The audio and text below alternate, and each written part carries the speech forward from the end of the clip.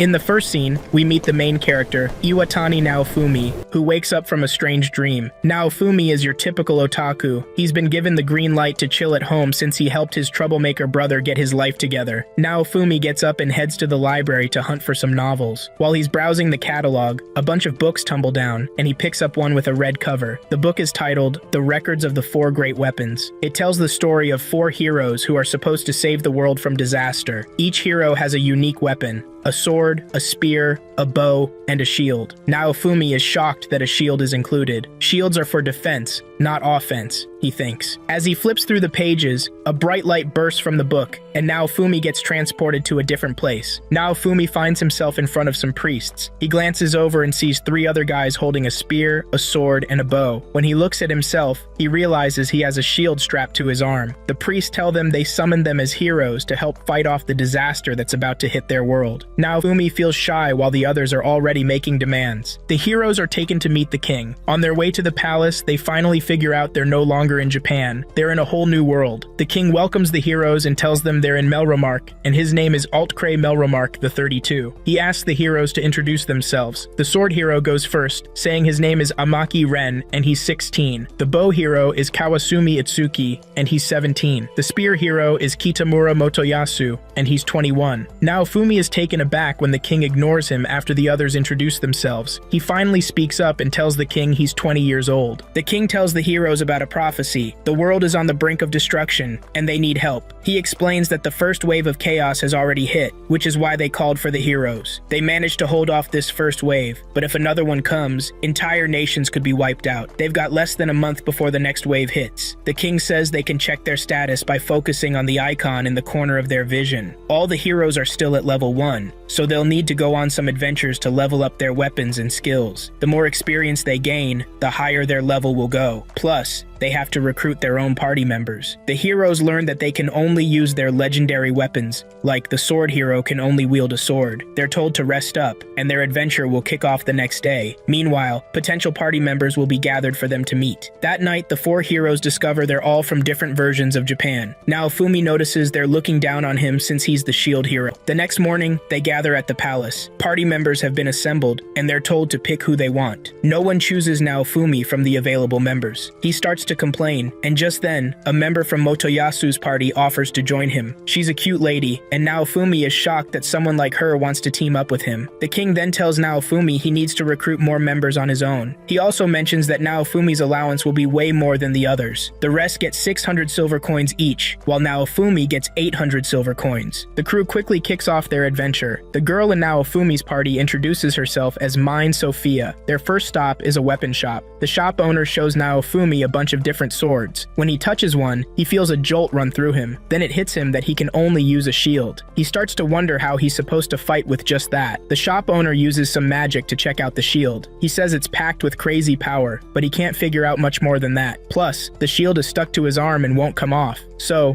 Naofumi decides to at least buy some armor. After that, Naofumi battles some balloon-like monsters to level up. They bite him, but he doesn't feel a thing. He takes down a few monsters and collects their balloon bits to sell later. Later that day, they head back to the weapon shop to get Sophia a fancy new set of gear. Afterward, they hit up a pub to grab some drinks and food. Sophia tries to flirt with Naofumi, but he keeps his cool. After a long day, he heads to his room. He's down to just 199 silver coins, which he hides in the back of his shield before crashing for the night. The next morning, Naofumi wakes up to find all his gear missing. Soldiers from the palace show up to take him to the king, who wants to see him. When he gets to the palace, he's thrown to the ground and surrounded by armed guards. He's been accused of a crime. Sophia steps up to tell the king and the others that Naofumi tried to assault her, but Motoyasu saved her. Naofumi can't believe what's happening right in front of him. Sophia also gave Motoyasu the chainmail that Naofumi bought just the day before. The king tells Naofumi that the crime he's accused of could get him the death penalty, but they won't kill him because he's a hero. Naofumi tries to defend himself and deny the charges, but everyone turns their back on him. He gets furious and demands to be sent back to his world. It's clear to him that the king, the officials, and everyone else don't respect him just because he's the shield hero. He also knows that Sophia and Motoyasu set him up to steal from him. Naofumi learns he can't go back home yet. He has to defeat the catastrophe first. He gets even angrier and shoves the soldiers away. He asks the king if he wants to lock him up or what. The king admits he can't afford to do that because because the catastrophe is here and he needs to get ready. Naofumi leaves the palace, realizing his reputation, respect, honor, and status are all messed up. The once shy and friendly Naofumi is now cold and distant. As he walks through town, people keep avoiding him. He bumps into a shop owner who initially wants to punch him, but changes his mind when he thinks Naofumi might actually be innocent. The shop owner gives Naofumi a green cape as a parting gift, saying it's worth 5 copper coins, and Naofumi promises to pay him back someday. Naofumi runs into some balloon monsters and takes them down. He collects the pieces and heads to a coin exchanger. The exchanger tries to pull a fast one on him, but Naofumi shows off the monsters he's hiding under his cape. He warns the merchant to let all the other traders know not to mess with him. The merchant coughs up the cash Naofumi deserves. As he strolls by the weapon shop, he tosses in 5 copper coins to pay for the cape. Naofumi keeps living his solo life. Soon, he discovers that he can upgrade his shield and even change its size and shape, as long as he unlocks the features. One night, some thugs try to mug him, but he takes them down with help from the balloon monsters under his cape. He realizes he needs a party member who can go on the offense while he plays defense. Just then, a guy in a hat approaches him and says he has the solution to his problem. He takes Naofumi to his shop and reveals he's a slave trader, offering all sorts of services. He even has demi-humans as slaves. He tells Naofumi to check out his collection and pick one. Whoever he chooses will be contracted to him and will always follow his orders. Naofumi looks around and picks the slave he wants. The slave is a demi-human, part raccoon and part human. The slave trader tries to talk Naofumi out of getting the girl, but Naofumi is set on her. He pays for her, and the trader makes the contract. He puts a seal on the girl's chest that makes her obey her master. If she disobeys, she'll feel a lot of pain from the seal. Naofumi asks her name, and she tells him it's Raftalia. He takes her, and they leave the place. He takes her to a weapon shop to get her a sword. After getting the sword, Naofumi pulls out one of the balloon monsters and tells her to take it out. She doesn't want to, but the pain from the seal forces her to comply. Finally, she gets up and takes down the monster. She earns experience points, and Naofumi gets some too. The shop owner tells him he'll also get EXP when Raftalia does. They leave the shop after that. Realizing Raftalia is hungry, he takes her to a restaurant. Before going in, she notices a sign saying they don't allow demi-humans. She hesitates, but Naofumi calls her in. She sits down, and everyone inside wonders why she's there, but no one dares to ask her about it. The waiter comes over to take their order. Naofumi makes sure to get Raftalia a really tasty meal. She digs in and enjoys it with a smile on her face. Later on, the two of them go monster hunting together. Right now, the only monsters they're dealing with are balloon monsters. Raftalia is blown away to find out that Naofumi is one of the legendary heroes. She remembers a story her parents used to tell her about the heroes, especially the shield hero. They always said the shield hero treated humans really well. Meeting the shield hero has always been Raftalia's dream, and now he's right in front of her. That night, Raftalia wakes up from a nightmare. She remembers when her parents were killed by a 3-headed monster. They pushed her into the water to keep her safe. She wakes up screaming and crying, but Naofumi quickly holds her and comforts her. The next morning, Naofumi goes to a herb shop to sell the herbs and medicines he's made. Raftalia waits outside for him. While she's waiting, she watches some kids playing ball. When Naofumi comes out, he realizes she wants a ball, so he gets her one to make her happy. He tells her she can play with it after they finish their work. After that, they rent a room to stay in. Naofumi takes care of Raftalia like she's his sister. They train together and do everything else together. Naofumi makes sure Raftalia is always by his side. While they're in the forest, they spot a rabbit, and Naofumi catches it. He tells Raftalia to take it out, but she hesitates. Naofumi then tells her he needs to get stronger for the disaster that's about to hit. He needs her help to make it happen. Raftalia remembers how the monster took out her parents, and she quickly jumps in to take down the rabbit. They head back to the weapon shop so Raftalia can snag a new weapon. Naofumi asks the shop owner if there's a place nearby where they can hunt more monsters and sell their loot. The owner suggests they check out the village of Loot. Naofumi and Raftalia soon roll into Loot. They find a trader to sell the rabbit pelt to. Naofumi then asks the trader if there's any way to make some cash. The trader tells Naofumi there's a coal pit not far away, and the ores there are worth a lot, but it's crawling with monsters since the first wave hit. After getting this info, Naofumi heads to a hut to check out his shield. He calls it out, and it shows a green energy shield. Naofumi is shocked that the shield can do that. He and Raftalia then make their way to the coal pit. They're still gathering ores when a 2-headed monster shows up. Naofumi quickly scoops up Raftalia and dives into the water below. He finds another way to climb back up. He asks her if the monster is the same one that killed her parents, but she says no. Naofumi goes after the monster and holds it down. He tells Raftalia to attack, but she struggles because of her past trauma. Naofumi tells her to get out of there while he buys her some time. Raftalia realizes she'll lose her master just like she lost her parents if she doesn't pull it together. She's not not ready to lose someone close again. She faces her fear and attacks the monster. The duo manages to take it down with their teamwork. Their strategy is simple. Raphtalia attacks while Naofumi defends. It's been a week since the battle in the coal pit, and Naofumi's shield has picked up a bunch of new abilities. He and Raphtalia hit up the weapon shop so she can snag a better sword, and Naofumi's looking to buy some armor since he got hurt fighting a monster. Raphtalia thinks armor will help keep him safe, so it's a must-have. She's been growing fast, and you can really see the changes in just a week. She picks out the sword she wants, and even manages to get the shop owner to give them a discount. Naofumi grabs some armor too, and asks the shop owner if he knows when the next wave is coming. The shop owner tells him there's an hourglass in the church counting down to the next wave. Once the last grain of sand falls, the next wave will hit. Naofumi and Raphtalia decide to check out the church for themselves. When they get there, the other heroes and their party members show up too. Motoyasu starts teasing Naofumi, which really ticks him off, but he keeps his cool. Just as he's about to leave, Motoyasu corners Raphtalia and offers to protect a beautiful girl like her. She's shocked to learn he's a hero and tells him she swore to fight for Naofumi. As they leave the church, Motoyasu asks Raphtalia if she's heard the rumors about Naofumi, but she hasn't. She looks surprised, but Naofumi doesn't want to stick around for more trash talk, so they head out. That night, Raphtalia asks Naofumi what went down between him and the heroes, but he brushes her off, saying nobody believes him anyway, and decides to stay quiet. As the countdown to the wave gets closer, Raphtalia reassures Naofumi that she'll always be his sword. She thanks him for protecting her and for the herbs that cured her illness. Just then, the last grain of sand falls in the hourglass. The sky turns red, and they find themselves in a different place. Looking out, they see the village of Loot is under attack. They rush over to help. The villagers are relieved to see one of the heroes coming to their rescue. Naofumi tells Raphtalia to evacuate the villagers while he distracts the monsters. Naofumi gets to work, drawing the attention of the monsters. He can't help but wonder why he's putting his life on the line for people he doesn't even know. He's trying to figure out how to keep the village safe. Climbing the watchtower, he rings the bell to lure the monsters in. Then, he sets the tower on fire and brings it crashing down on them. Just then,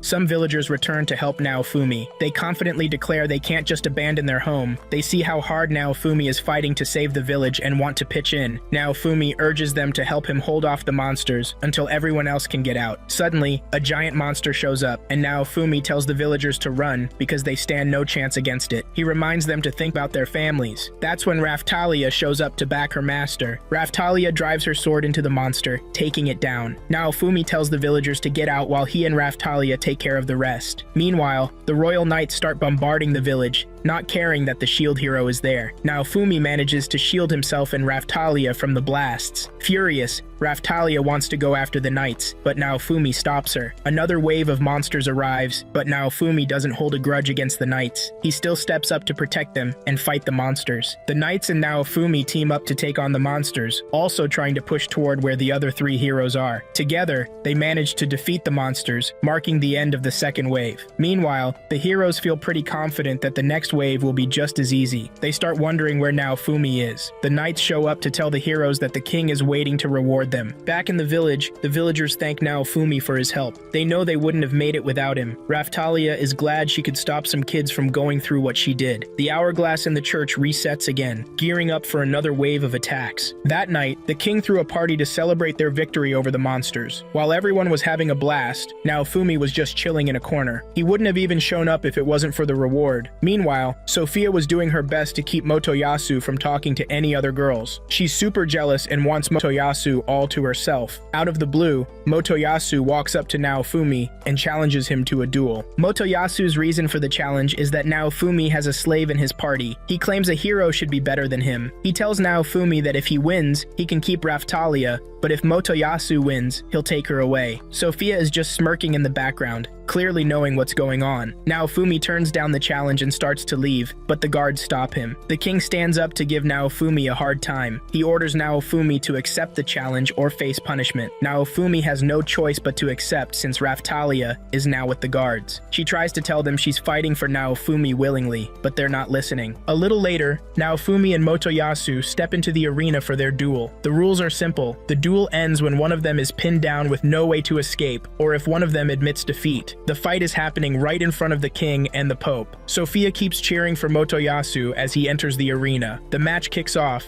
and Motoyasu goes on the attack. He hits Naofumi hard, but Naofumi manages to block his moves. Naofumi lands a hit with his shield, and then unleashes the monsters hiding under his cape to attack Motoyasu and mess with him. He also traps Motoyasu in a shield prison and tells him to give up. He takes off the shield prison, and Motoyasu is already looking pretty beat. Just when he's about to throw in the towel, Sophia jumps in and zaps Naofumi with some magic. Naofumi's shocked, but it seems like nobody in the crowd cares about what's going down. Motoyasu unleashes a huge blast and hits Naofumi with it. Naofumi crashes to the ground, and Motoyasu declares himself the champ of the duel, but Naofumi manages to get back up and says he's not ready to give up. He points out that Motoyasu's crew interfered, but the audience, including the king, doesn't seem to care at all. The king claims he didn't see anything and names Motoyasu the winner of the duel. Sophia strolls over to Naofumi and starts mocking him. She tells him he's going back to fighting solo now. Just then, the king calls Sophia his daughter and refers to her as Malti. Naofumi realizes that the king and his daughter have been scheming this whole time. Sophia purposely messed him up to win favor with her favorite hero. The duel was all part of their plan. Naofumi wonders why they want him to suffer so much. His only crime was being summoned as the shield hero. He's totally lost on what to do. Naofumi gets furious and says he doesn't care what happens to the world anymore. The world he's in can go down in flames for all he cares. He manages to toss the shield away, but it comes right back to him. Naofumi realizes he's got no way out and that he's stuck in hell. Naofumi watches as the seal on Raftalia's chest gets taken off.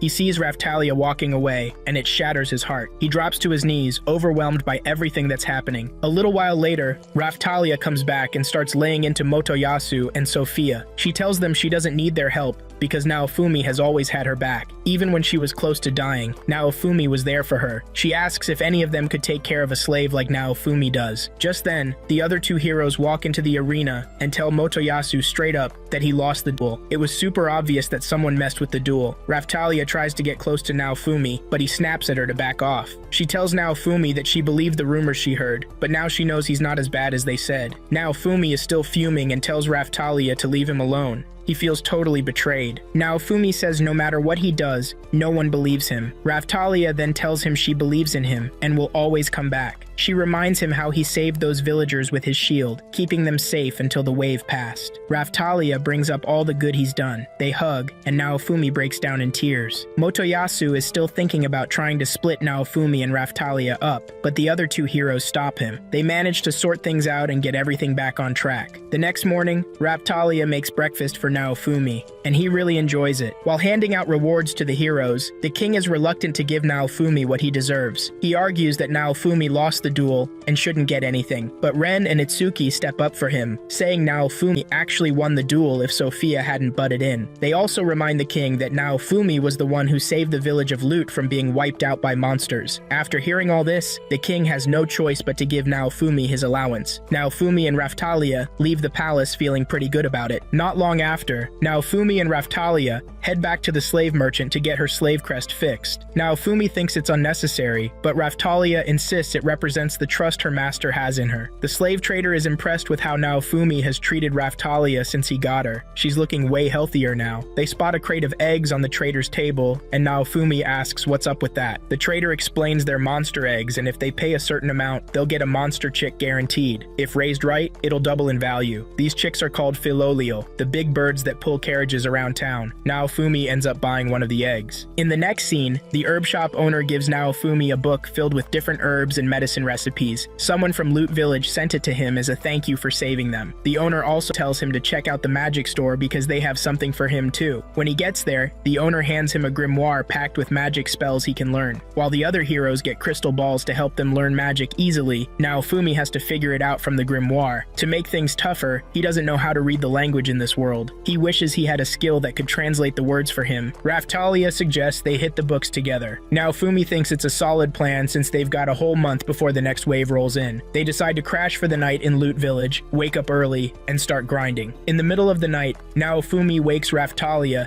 to let her know the egg is hatching. The bird instantly bonds with Naofumi and starts following him everywhere. He names the bird Philo, and in just 2 days, it grows like crazy. Not long after, Naofumi and Raftalia hear that knights are rolling into the village. Sophia and Motoyasu are with them. Sophia's got a royal decree in hand. Turns out, Motoyasu has been named the ruler of the area. They're also going to charge 50 silver coins every time someone enters or leaves the village. The villagers start grumbling because that fee is just too much. Naofumi jumps in to speak for the villagers, saying there's no way they can afford that kind of cash. The villagers back him up, and their complaints get louder, reminding everyone that it was the shield hero who had their backs when they needed help. Just then, Sophia pulls her sword on the villagers. At the same time, some folks in masks and hoodies show up. They hand Sophia a scroll to read. From their vibe and how they talk, Naofumi figures they're pretty important. Sophia then tells Naofumi to fight them for control of the village. He's hesitant at first, but the villagers plead with him to think it over. They remind him that if he doesn't step up, the village will fall under Motoyasu's rule. The challenge is a race between Naofumi's bird and Motoyasu's dragon, going 3 laps around the town. The race kicks off, and things are looking great for Philo and Naofumi. But then, Motoyasu's crew starts cheating by digging holes on the track. Naofumi and Philo dodge all the obstacles and end up winning the race. Sophia isn't happy about the outcome, but with the hooded folks around, she has to deal with it. The hooded people reveal they knew Motoyasu's team was trying to mess with the race. Turns out, Naofumi's magic skills are all about support and healing, while Raftalia has dark and light magic. Sophia realizes she can't talk her way out of this and decides to leave. Motoyasu also walks away in shame but is still set on getting back at the shield hero. As a reward, the villagers hook Naofumi up with a carriage. Philo will be pulling it from now on. While they're on the road, Raftalia gets car sick, so they have to take a break. Naofumi tells her to figure out how to deal with the motion sickness since they'll be riding in carriages a lot. Naofumi now has a trader's pass, letting him visit any village or town without fees. This will really help them on their journey to fight monsters and level up. The next morning, Naofumi wakes up to find a naked girl sleeping on his lap. He freaks out and starts wondering where she came from. Not long after, we find out that the girl is actually Philo. Turns out, Philolials have queens and kings among them, and these royals blend in with the regular Philolials. Philo is a queen, and queens can transform whenever they want. They're known as one of the transforming types. Naofumi and Raftalia decide to take Philo to a slave trader to get a taming crest for her too. It's a bit tricky, but they manage to get the crest on her. Philo is still at level 19, but she's already pretty strong. Naofumi wonders how powerful she'll be when she hits level 70. After that, they take Philo to a weapon shop to see if they can find some clothes that won't rip when she transforms. The shopkeeper sends them to a tailor who can help. She asks if they have any magic threads, which are needed for the kind of clothes they want. The tailor promises to make Philo the cutest dress ever. They head to a magic shop to get the magic thread, but the owner tells them it'll take a few days to get it. While they're there, Philo spots a crystal ball and wants to know what it is. They test her magic with the ball and discover she has wind affinity, so they'll have to wait a few days before Philo can get her new outfit. As they're traveling, they see a guy who looks totally worn out. He needs to get to the next town ASAP to deliver some medicine. Naofumi offers to help him out, saying he can pay back later with goods or cash. Naofumi disconnects Philo from the carriage and whisks the guy to his destination in no time. Raftalia stays behind to watch the carriage. Naofumi and the man arrive and deliver the medicine to his sick mom. Naofumi tells the guy to grab him some water, and while he's gone, he uses his magic to heal the woman. The guy hands Naofumi some potatoes worth a silver coin as payment. Naofumi realizes he can make some extra cash by helping people out. He heads back to Raftalia and the carriage. In the next few days, Naofumi keeps helping folks in need, and he's starting to get pretty popular around the area because of his skills. One day, an accessory trader catches a ride with Naofumi and his crew, but soon after, they get stopped by a gang of crooks who demand Naofumi hand over the trader. The crooks think they can take Naofumi and his team because they claim to have a beefed up bodyguard. They quickly learn they're no match for Naofumi and his crew. Raftalia and Philo take down the crooks and their so-called bodyguard in one swift move. The crooks end up tied up and confess that someone paid them to mess with the trader and steal his stuff. Naofumi asks the trader what he wants to do with the crooks, and he says he'll just turn them over to the guards for punishment. The crooks threaten to twist the story when they get to the guards, sure that the guards will believe them over the shield hero. Hearing this, Naofumi makes it clear he'll take them out if they try anything. The crooks start begging for their lives,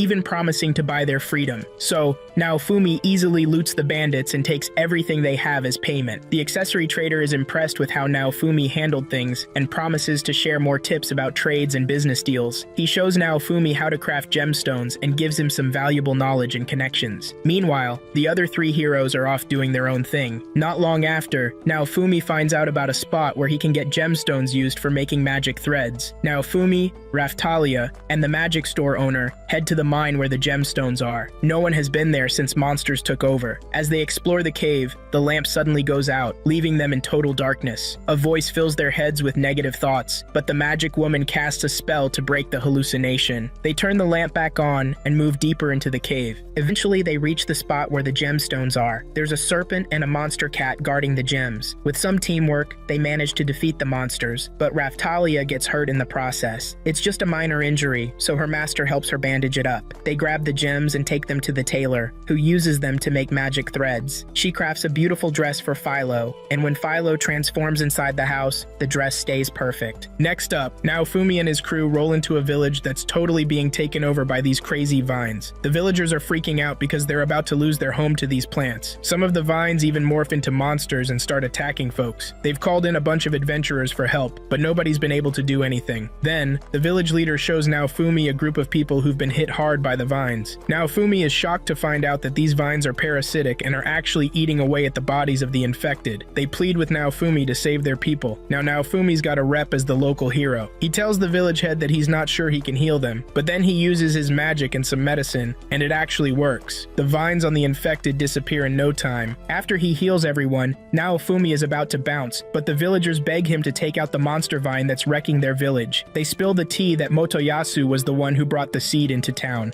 claiming it was a miracle seed that makes everything grow super fast. At first, they were stoked about it, but then the vine went totally out of control. They mentioned that the seed was created by an alchemist ages ago, but was sealed away. Naofumi can't believe that Motoyasu would dig up a sealed seed and unleash it just to call it a miracle. The villagers offer to pay Naofumi if he agrees to deal with the monsters. He's fed up with cleaning up Motoyasu's mess, but he can't say no to the cash. They reach the source of the vine, and a brawl kicks off. Naofumi's got some herbicide with him, planning to take out the monster vine. They keep hacking at it, but it just keeps coming back. Philo and Raftalia go all out against the vine. After a few minutes of fighting, Naofumi finally finds a spot to pour the herbicide. The vine weakens right away and starts to dry up. They also smash all the seeds the vine produced. The next morning, Naofumi uses his skills to tweak the vine's biology. He makes it so the fruits are edible, which will help feed the village and ease their worries about hunger. Naofumi sells the seeds for some goods, then takes those goods to the accessory trader. The trader asks for his help with a job. There are hot springs in a nearby town, along with some inns, and he wants Naofumi to deliver some goods there. Naofumi is surprised to learn there are hot springs in this world too. After dropping off the goods, Naofumi and his crew decide to enjoy the hot springs themselves. Raftalia is worried that Philo is getting too cozy with Naofumi. She wishes she could be close to him too. Naofumi is always looking after Philo. If he's not brushing her hair, he's doing something else for her. Raftalia starts brainstorming how to change things up. She remembers her mom giving her dad a gift that made him love her more. She figures that a gift is the first step to love. That night, she heads to the mountains to find some rare crystals that are said to be super powerful when it comes to love. Just then, she hears Philo's voice behind her. Philo spills the beans that she's also on the mountain to snag some rare eggs for Naofumi. If she can pull it off, and he digs them, he'll like her more, and maybe even hook up with her. Raftalia catches the word mating, and realizes that Naofumi's attention has turned into a competition between the two. Philo races to the top of the mountain, and Raftalia follows right behind. While they're running, Philo isn't watching where she's going and almost tumbles off the mountain. Raftalia tries to save her, but they both end up falling together. Luckily, something breaks their fall. Turns out, it's a monster boar. It chases them, but they manage to escape without a scratch. The next morning, they finally reach the bird's nest to grab the eggs and the crystal. Just as they're about to get the crystal, the wild boar shows up again. It attacks the nest, making them lose all the crystals and eggs. They get mad and take down the boar instead. On their way back to town, two guys approach them, offering to buy the boar for a hefty price. After cashing in, they use the money to buy a tool to help Naofumi with his crafting. They tell him the tool is a little thank you gift. He appreciates it in return. One day, Naofumi and his crew run into some travelers. They tell him they're from a village nearby that's been hit hard by a plague, and it's taking everyone down. Naofumi and his party hop on their carriage and head straight to the village. When they arrive, the first villager they see seems to recognize them and rushes rushes off to tell the village doctor that the savior has arrived. Now Fumi just plans to drop off some medicine and bounce, but he ends up sticking around to use his magic to ease the symptoms of the sick folks. They feel a lot better, but he knows it's just a temporary fix. The nurse looking after the villagers tells now Fumi they think the wind from the monster-infested mountains is causing the plague. About a month ago, the sword hero went up there to take down a dragon that was nesting. After that, an adventurer tried to collect the dragon's body, but ended up falling and dying. Not long after, a bunch of people started getting sick. They think the rotting dragon is leaking some kind of poison into the air. They would have gone up to the mountain themselves to deal with the carcass, but it's crawling with monsters. Plus, regular adventurers can't even get close because of the awful smell in the area. It's made the place super dangerous to visit. Now Fumi agrees to help out and tells his party to get ready too. However, he talks pretty harshly to the villagers. Raftalia figures out it's part of now Fumi's strategy to make sure nobody likes him. They put on face masks as they get closer to the mountain to keep themselves safe. They manage to dodge the monsters along the way. When they finally arrive, they're about to start taking the dragon apart when it suddenly comes back to life as a zombie dragon. Now Fumi wants everyone to bail, but Philolials and dragons can't stand each other, so Philo charges at the dragon without a second thought. The dragon keeps spewing poison breath,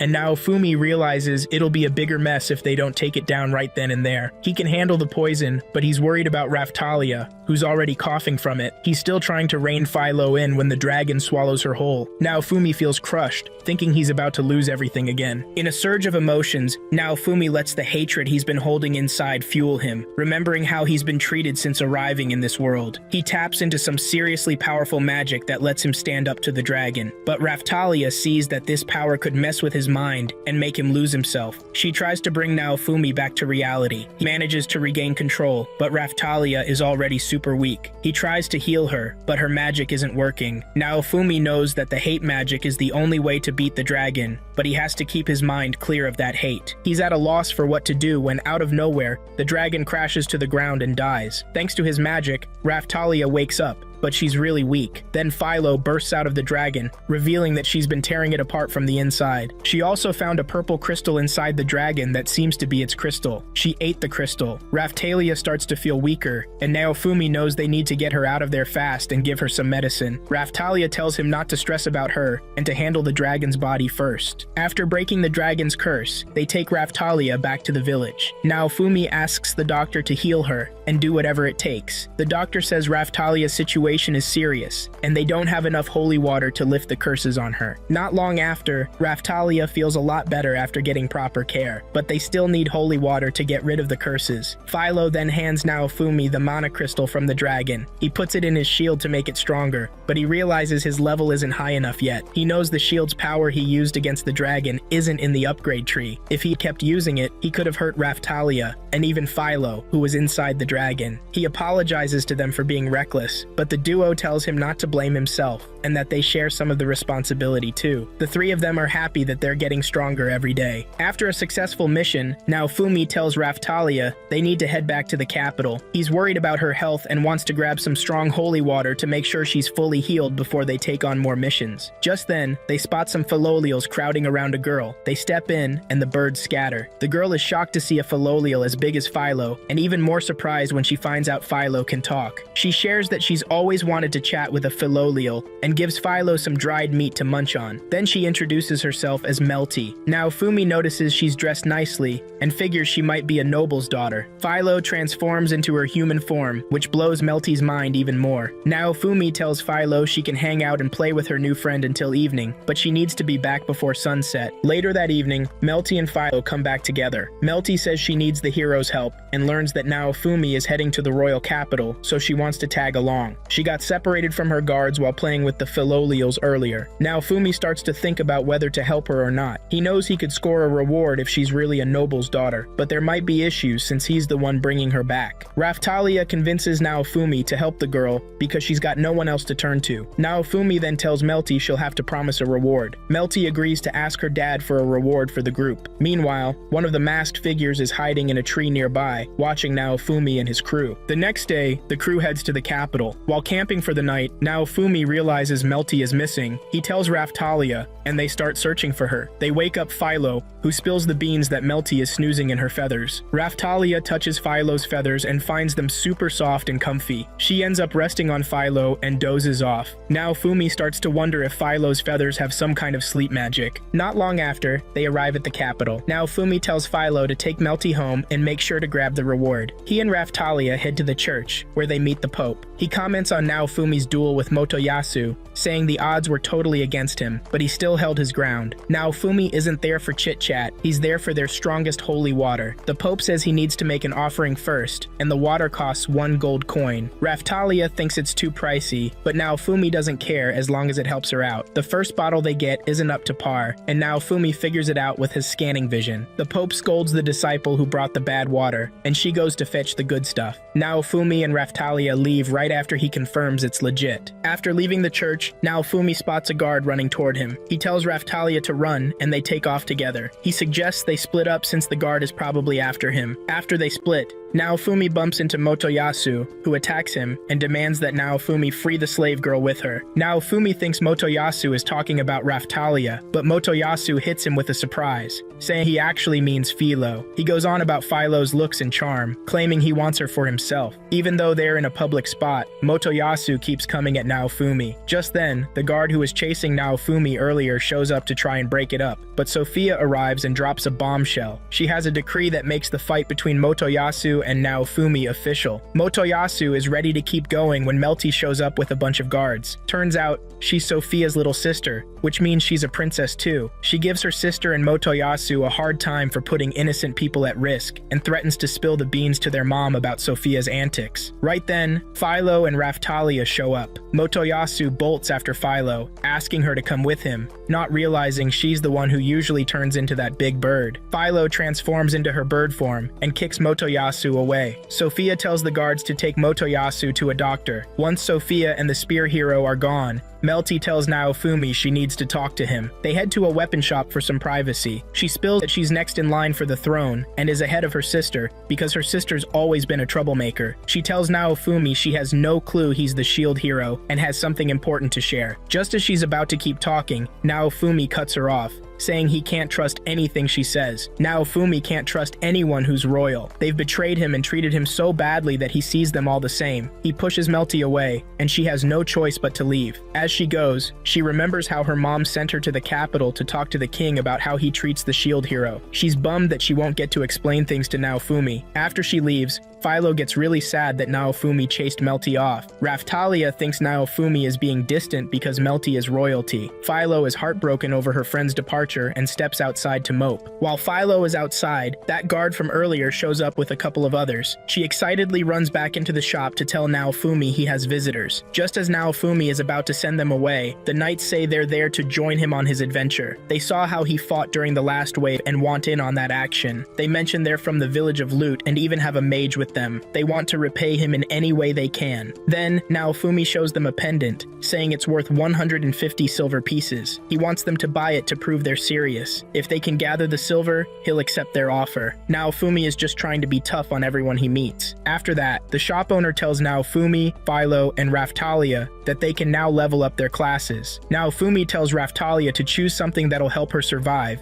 even when he's not around. He reveals he plans to go back to his world after the waves. Raftalia feels crushed to hear that Naofumi will leave once everything's done. They soon arrive at the church where they'll upgrade. Naofumi is shocked to learn that a class upgrade costs 15 gold coins. He tells Raftalia to go first and that Philo can upgrade next time. Just then, the nuns drop a bombshell. They won't let the hero's crew level up. Naofumi and his gang storm out of the hourglass, fuming. They head over to the slave trader's place. Naofumi tells him they're getting blocked from upgrading their party members. The trader then spills the tea that there are other countries where they can get the upgrades. He mentions places like Mercenary Nation, Zeltobe, the demi-human country Siltvelt, and Schildfrieden. The slaver thinks Schildfrieden is their best bet. It'll take them a month to get there by wagon, so they'll have to hold off until after the next wave. The trader hooks Philo up with some sharp wyvern talons as weapons. To try out her new gear, the slaver has a job for for them: clear out the monsters in the city's sewer system. Before long, Naofumi and his crew finish off the monsters. Philo can't stop raving about how awesome the Talons are. That night, Raftalia tries to find out when Naofumi plans to leave, but Philo totally ruins the vibe. Naofumi has to push the two of them to hit the hay. He's also working on some gifts for them while they snooze. The next morning, they dive back into trading. They run into some refugees from the north, and Naofumi tells his crew to whip up a kitchen right away to help the people out. The refugees share that the hero with the bow helped them kick out their king, but things have been rough for them ever since. Naofumi and his crew quickly head back to the nearest town to gear up for the next wave, which is set to hit in about 27 hours. Ren and Itsuki are chilling in the same tavern as Naofumi. Itsuki walks over to Naofumi, and Naofumi takes the chance to ask him if he was the one who helped out the folks in the north with their revolution. Itsuki confirms that he was. Naofumi then tells the two heroes that he's been the one cleaning up all the messes they've made during their adventures, including dealing with the dragon they killed and just left to rot. He storms out of the tavern, telling them to quit making such a mess. The weapon shop owner tells Naofumi that he's embedded the crystal they got from the dragon into his armor's breastplate, which has an auto repair feature. Just then, the guards show up with the 150 silver pieces Naofumi requested. He hands them the pendant and tells them to keep the cash, suggesting they treat themselves to something nice. He's automatically accepted them into his party and warns them not to try anything clever with him, or they'll definitely regret it. Meanwhile,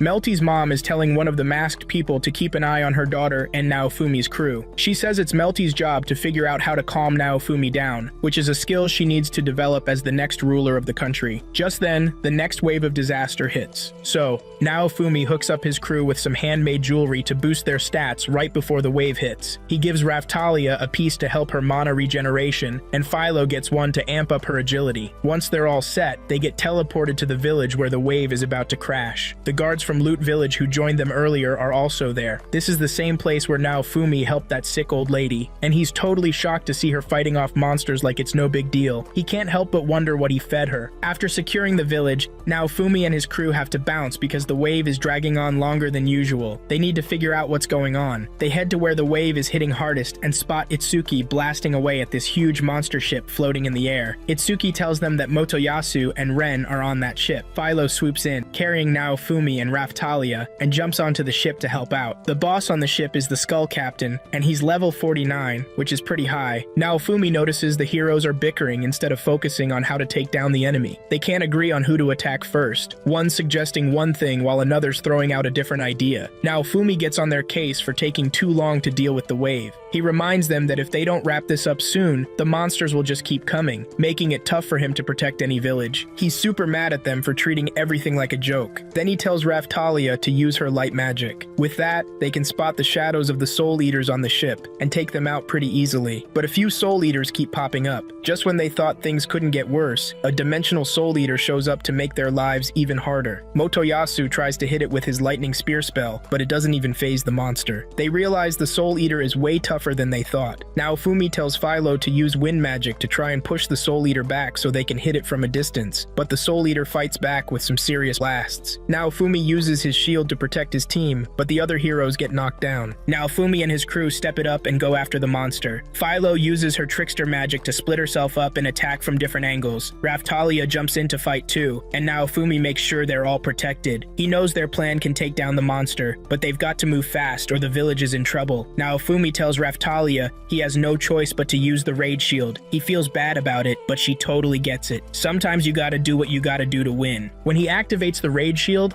he realizes it's not just his own anger fueling it anymore. He's tapping into the dragon's rage he absorbed earlier, and that's way more powerful than his own. As his face turns red, Philo gets caught up in the rage too. She gets stronger and charges at the Soul Eater, knocking it down while Naofumi keeps pushing it with his shield. The other heroes are shocked at how strong and fierce Naofumi has become. Raftalia is giving the heroes a hard time for just standing around while Naofumi puts it all on the line to take down the monster. It's Itsuki and Ren who step up first to back Naofumi, while Mutiyasu is still holding back. Sophia is also telling him not to help Naofumi. After a lot of pressure, the trio finally decides to join forces to assist the shield hero. Naofumi is on the verge of losing it to his anger, but Raftalia's touch brings him back to reality. He then unleashes some serious magic to activate the shield prison and trap the monster inside. He uses a piercing spell to hit the monster hard and finally take it down. Everyone watching is left speechless as Naofumi shows off his strength. The other heroes can't believe the shield is even more powerful than they thought. They're saying the shield is basically a cheat. Just when they're still celebrating their win, another Soul Eater shows up, and it totally shocks them. Out of nowhere, the Soul Eater gets attacked from above by someone they don't recognize. The attack takes the Soul Eater out super easily. She calls the heroes weaklings for struggling against mid-tier monsters like the Soul Eaters. Then she says only one person among them deserves to be called a hero. She asks for the shield hero's name, but he tells her to introduce herself first. She reveals her name is Glass, and warns the group to see her as their enemy. She adds that the real battle of the current wave is just about to kick off. The shock of Glass taking down the monster in one hit has everyone on edge. She tells Naofumi to hit her, but he just stands there, trying to figure out what's going on. Naofumi even wants to check her level, but there's no way to do that. Glass says something that sets off Motoyasu and the other two heroes. They launch their strongest attacks at her, but it doesn't faze her at all. She looks totally fine. Then she casts a spell and hits the trio with it. They can't handle her attacks and get thrown across the floor. Naofumi chugs a potion to quickly recover his SP. He tries to trap Glass in a shield prison, but she breaks out like it's nothing. Naofumi and his crew go after Glass with a bunch of attacks, but she easily deflects everything. They even summon a magic snake to bite her, but it seems she's immune to the venom. Naofumi realizes things are getting serious when Glass slices Raphtalia's sword in half. He tells everyone to get behind him and creates a shield prison around himself and his team. Glass's attacks bounce off the shield, but she still manages to destroy it. Raphtalia and Philo hit the ground after the blast, but Naofumi is still standing. Even Glass is surprised he's still up after her last hit. She's trying to get Naofumi to use the Rage Shield against her. Raphtalia gives Naofumi the green light, and he activates the Rage Shield. Philo powers up too and charges at Glass, but Glass easily knocks her down. Naofumi attacks Glass, but she just brushes off his hits. She hits him with a powerful spell, but he holds his ground. She admits she's impressed with Naofumi's defenses and that he's living up to his hero title. However, she wants him to show her what he's really got. Naofumi then activates the same spell he used to take down the Soul Eater earlier. He tosses Glass into the shield prison and goes after her with the sharp edges of the Iron Maiden. Naofumi thinks he finally has Glass cornered, but he's shocked when she easily breaks free from the spell. Realizing they can't take her down right now, he tells Raphtalia to use light magic to blind Glass. Philo seizes the moment to carry them off the ship, but Glass keeps launching long-range attacks at them. She decides to leave Naofumi alone until their next showdown, assuring him that the wave will win the war. Then, she vanishes, and the waves disappear with her. The sky goes back to its normal color. Naofumi starts to wonder what these waves really are. He thought they'd be world-ending disasters. He knows he needs to get stronger before the next attack and find more monster fragments to upgrade his shield. Philo and Raphtalia need upgrades too. After that, Naofumi gets called to the palace to meet the king. The king admits Naofumi did a solid job taking down the wave's boss. He saw everything through the crystal ball, but now he wants to know how Naofumi got so strong. Naofumi isn't ready to spill any secrets. He even tells the king to kneel if he wants to know how he got his power. None of the guards dare to approach Naofumi because he could easily take them out, including the king. He says he just wants to beat the waves and go home. The king threatens to hurt his friends, and Naofumi dares him to try. He promises to chase the king to the ends of the earth and make his life miserable. The king screams in frustration as Naofumi leaves the palace, knowing there's nothing he can do to stop him. As he walks out, Naofumi passes a woman who warns him to be careful. After that, Melty heads to the throne room to talk to her dad about making peace with the shield hero. She tells him that the shield hero is crucial for their country's survival. Just then, Sophia shows up and totally kills the vibe. Melty tells her dad she wants what's best for the nation, and leaves respectfully. We see her meeting up with the woman who spoke to Naofumi earlier. Meanwhile, a guard is keeping an eye on them. Later on, Naofumi tells the weapon shop owner he wants to travel to Shieldfrieden to level up his party members. The shop owner helps them pack up all their stuff,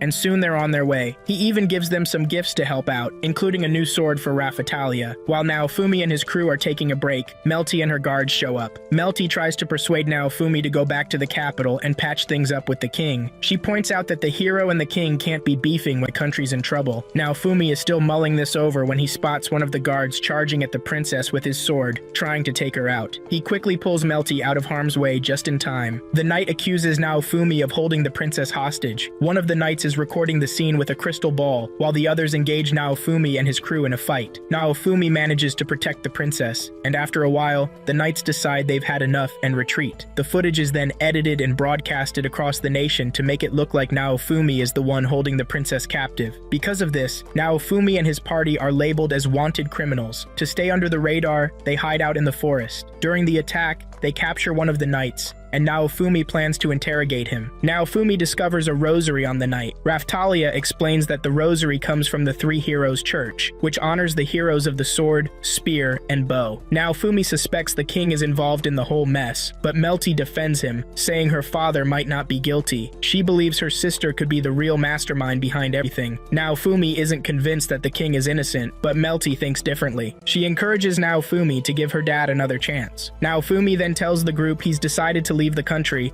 and already has a destination in mind. He asks Melty to come with them since it's risky for her to return to the capital. He promises to keep her safe if she sticks with them, and Melty agrees to stay. The next morning, the group sets off on their journey. They ditch their wagon and hike up into the mountains. While taking a break, Raftalia asks Naofumi why he picked Siltvelt out of the 3 countries they could go to. He reveals he's done his homework. The borders to Siltvelt are heavily guarded, which makes him think there's a specific reason they don't want them getting in. That's why he chose this country. That night, Melty expresses her confusion about why the king is treating the shield hero so coldly. She mentions that the queen had told him earlier to treat Naofumi better, but he's ignoring that advice. Naofumi is shocked to realize that the queen holds more power than the king. The king married into the royal family, which is why the queen is in charge. Early the next morning, the crew hit the road again. The guards are right on their heels, making it tough to shake them off. As they navigate the tricky mountain paths, Melty nearly takes a tumble, which catches the guards' attention. Naofumi and the gang start to bolt, but they quickly find themselves trapped. The other 3 heroes and the knights have them cornered, demanding that Naofumi let go of the princess he's got. Melty chimes in, saying she's totally fine and that Naofumi isn't holding her against her will. She explains that she asked Naofumi to take her along and keep her safe, revealing that all this chaos is part of a wicked scheme by someone dangerous. After hearing this, the heroes chill out a bit. They don't show any hostility until Sophia shows up and flips the script. She claims Naofumi's shield has a brainwashing power that lets him control anyone he meets. She even says she brainwashed her own sister. This gets the heroes all riled up again. Naofumi tries to explain that they wouldn't be in this mess if his shield really had those powers, but they're not having it. They insist he hands Melty over, but she's not ready to go because she knows she'll be offed before reaching the capital. Naofumi then tells the heroes that Sophia is out to kill her sister so she can snag the crown princess title for herself. Philo turns into her bird form, and the group tries to make a run for it, but Motoyasu shoots her in the leg, turning her back into a human. He had an alchemist whip up something to keep her from transforming. The group gets cornered, and Naofumi has no choice but to activate the rage shield since it's turned into a full-blown fight. Naofumi and his crew manage to team up and break free from their attackers. He blows up the road with his shield, trusting that Ren will figure out what's really going on. He tosses the rosary they found on the night to Ren and walks off. After they escape, Naofumi breaks the magic bracelet on Philo's ankle so she can transform whenever she wants again. Just then, one of the masked figures shows up. Melty tells everyone to chill because she's with the espionage squad known as the Shadows, who work directly for the queen. From what she says, Naofumi realizes that the masked woman is the same one who passed him in the palace and warned him to be careful. She tells Naofumi that the queen wants to see him to talk about the chaos happening in the country. The queen is somewhere opposite of Siltvelt. Suddenly, they spot a fire burning in the distance, and standing right in the middle of it is Sophia. The group figures out that Sophia is probably trying to smoke them out, which is why she set the forest on fire. They quickly move away before the flames spread too much. The next morning, Naofumi realizes it's going to be tough to reach Siltvet,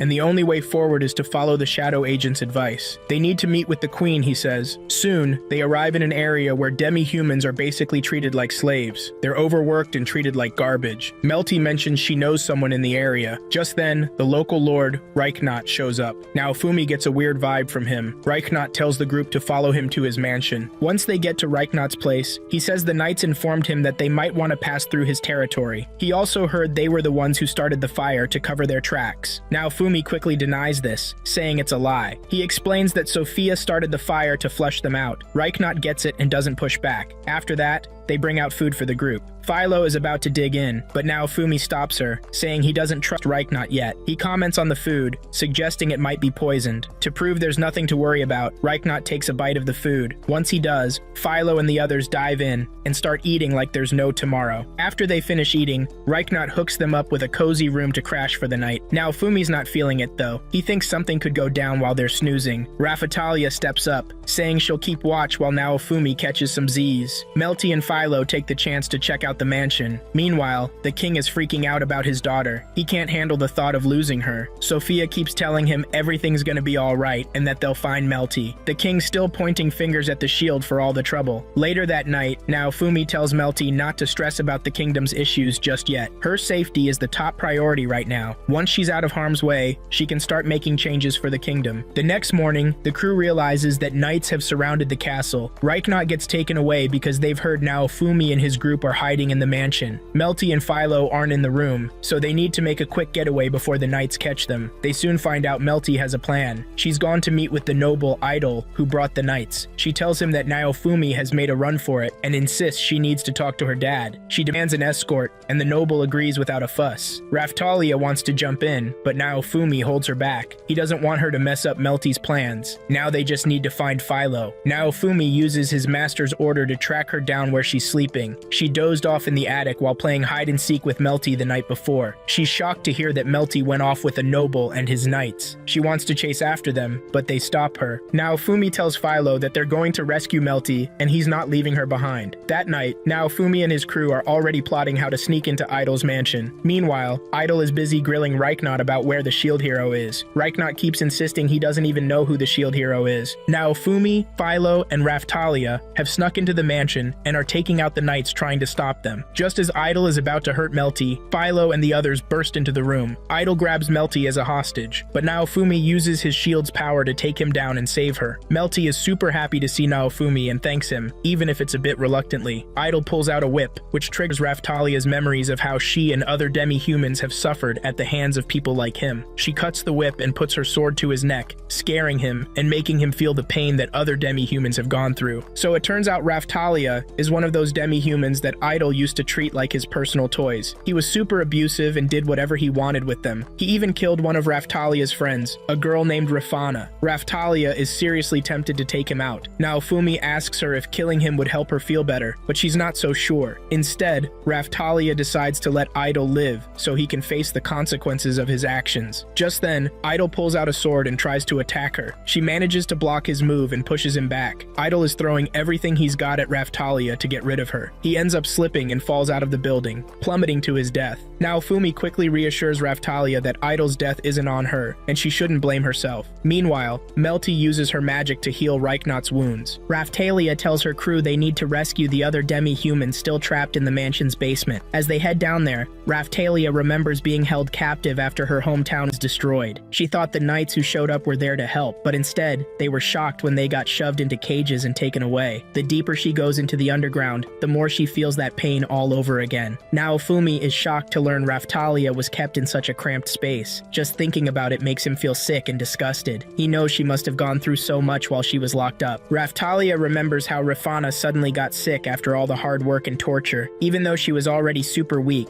Raftalia kept taking care of her. Rafana wished she could visit their village one more time. One morning, Raftalia wakes up to find out she's being sold to a slave trader. She's the only one being sold, so she gets separated from her people. It breaks her heart to leave her friend behind. Fast forward to now, Naofumi and Raftalia hear there's a survivor in one of the cells. After finding the first survivor, they keep discovering more. Raftalia soon spots someone from her village in one of the cells. Her name is Keel, and she doesn't even recognize Raftalia at first. Raftalia has to reintroduce herself for Keel to remember her. They hug, and Keel starts crying. Raftalia tells her she's with the shield hero now, and they're there to rescue her. Naofumi steps up and uses his power to heal Keel's injuries. Then Keel drops the bombshell that Rafana is dead. Raftalia rushes to Rafana's cell to see if it's true. When she gets there, she falls to her knees at the sight before her. Rafana is gone, and all that's left are bones. Melty can't believe such horrible things are happening in the country. She's heartbroken by everything she's witnessing. Raftalia tells Naofumi that Rafana always wanted to meet the shield hero. Naofumi suggests they give Rafana and the others a proper goodbye so they can rest in peace. Raftalia starts blaming herself for Rafana's death, but Naofumi tries to convince her to stop. He tells her that she's made him a better person since they met. Without Raftalia, he wouldn't have anyone to trust. He says she's got a good heart and always tries to do what's best for others. Now, all they need to do is protect the rest of her people and make sure no one else has to go through what she did. Raftalia then has a quick flashback of her and Rafana laughing and joking together. She's able to send her friend off with that memory. After that, they leave the underground cells. When they get outside, they find out Idol is still alive, praying at a monument with a rosary in his hands. Suddenly, a blue light appears after his prayer. Reichnaut explains that the heroes of the past built the stone monument to seal away a monster. Turns out, Idol just released it. Idol is pretty sure no one can stop him now that the monster is on his side. He wants to take out Naofumi so he can be blessed by the divine being forever. The monster rises from the depths, and the first person it takes out is Idol himself. It lets out a massive roar that shakes everything and everyone around. While the monster is growling at them, there's a girl and a Philolial chilling in the woods. The Philolial spills the beans that it's found the perfect candidate to be the next queen. They must be talking about Philo, but we'll have to wait and see. Back at the mansion, Naofumi knows that the monster is super strong and they can't take it on. He tells everyone they need to bounce and find a place to hide. They're shocked when the monsters track them down in their hiding spot. There's a pause before they decide to fight because there are civilians around. Philo, fearless as ever, charges at the monster. Naofumi realizes they need to lure the monster away from the area to fight it without hurting anyone. Naofumi figures out that Philo can be the perfect bait to draw the monster out of town. The dragon is drawn to the crystal glowing in her belly. Reichnaut is supposed to take Keel and the other kids to safety. Raftalia is hesitant to leave, but Keel insists she has to go because there are people who need saving. Raftalia hands Keel the bracelet Naofumi gave her. Philo scoops up her party members and gets them out of there. The monster is right on their tail. They keep running until they're out of the forest, but the monster is still hot on their heels. They reach a flat area and wait for the monster to catch up. When the monster shows up,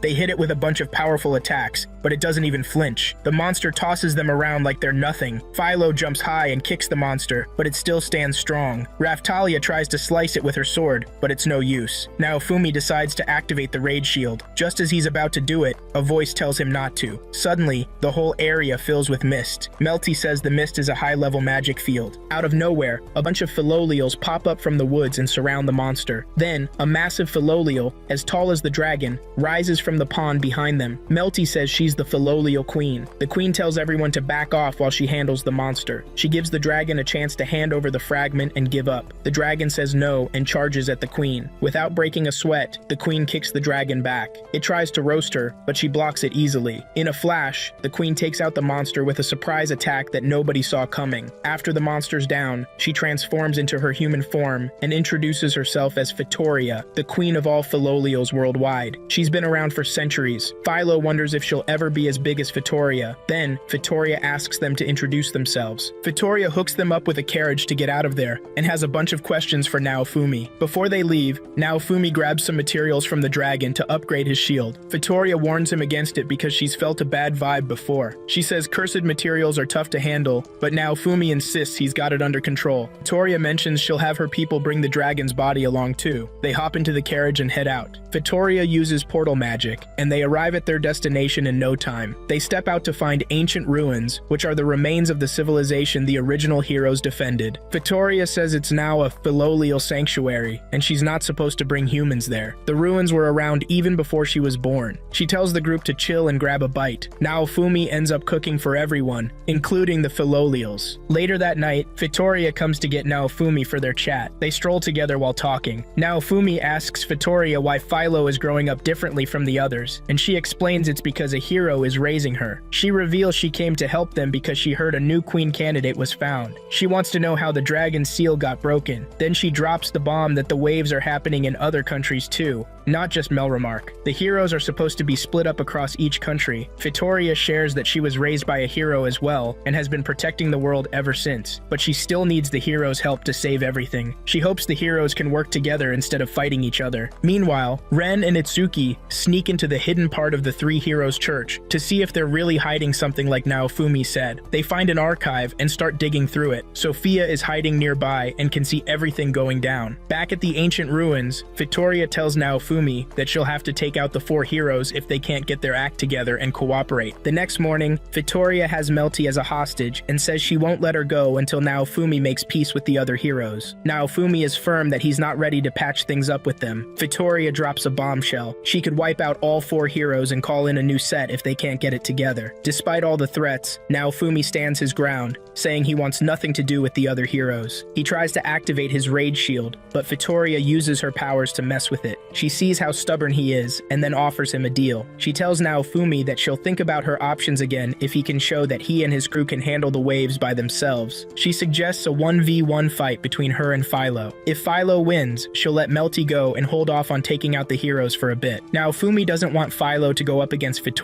Fitoria, but Philo insists she can handle it, especially if it solves their current mess. They're going to fight in their human forms. Fitoria sets up a magic barrier to be the arena for the showdown. The fight kicks off, and Fitoria easily dodges around Philo. Philo gives it her all, but she can't get close to Fitoria. Every spell and attack she throws is easily countered. While they're fighting, Naofumi tries to save Melty, but Fitoria just tosses him against the wall like it's nothing. Fitoria turns to Philo and tells her she's weak. She says Philo's party needs her right now, and there's nothing she can do about it. The battle goes on, and Philo is determined to make her master proud. Naofumi tells her to chill out because he knows she can do it. With that encouragement, Philo manages to conjure a powerful spell and charges at Fitoria. Fitoria sets up a barrier to block the attack. Philo keeps going after Fitoria, even with the shield up. She gives it her all and manages to break through Fitoria's defenses. After using so much energy, Philo collapses to the ground, but she's still determined not to give up. Fitoria comes over and tells her she's won the battle. Philo's friends rush in to hug her. Then Fitoria reveals she was just testing Philo. If Philo hadn't passed, she would have died, and so would Naofumi. Fitoria pulls out a crown and names Philo as her successor, saying she's next in line. She places the crown on Philo's head, and all the Philoleals cheer in unison. Naofumi notices that Philo's status has shot up too. Fitoria then tells Naofumi she has something for him as well. She puts one of her fragments into his shield, unlocking a bunch of features he couldn't access before. To apologize for using Melty as a hostage, Fitoria asks Melty what she wants. Melty says she wants a ride on Fitoria's back,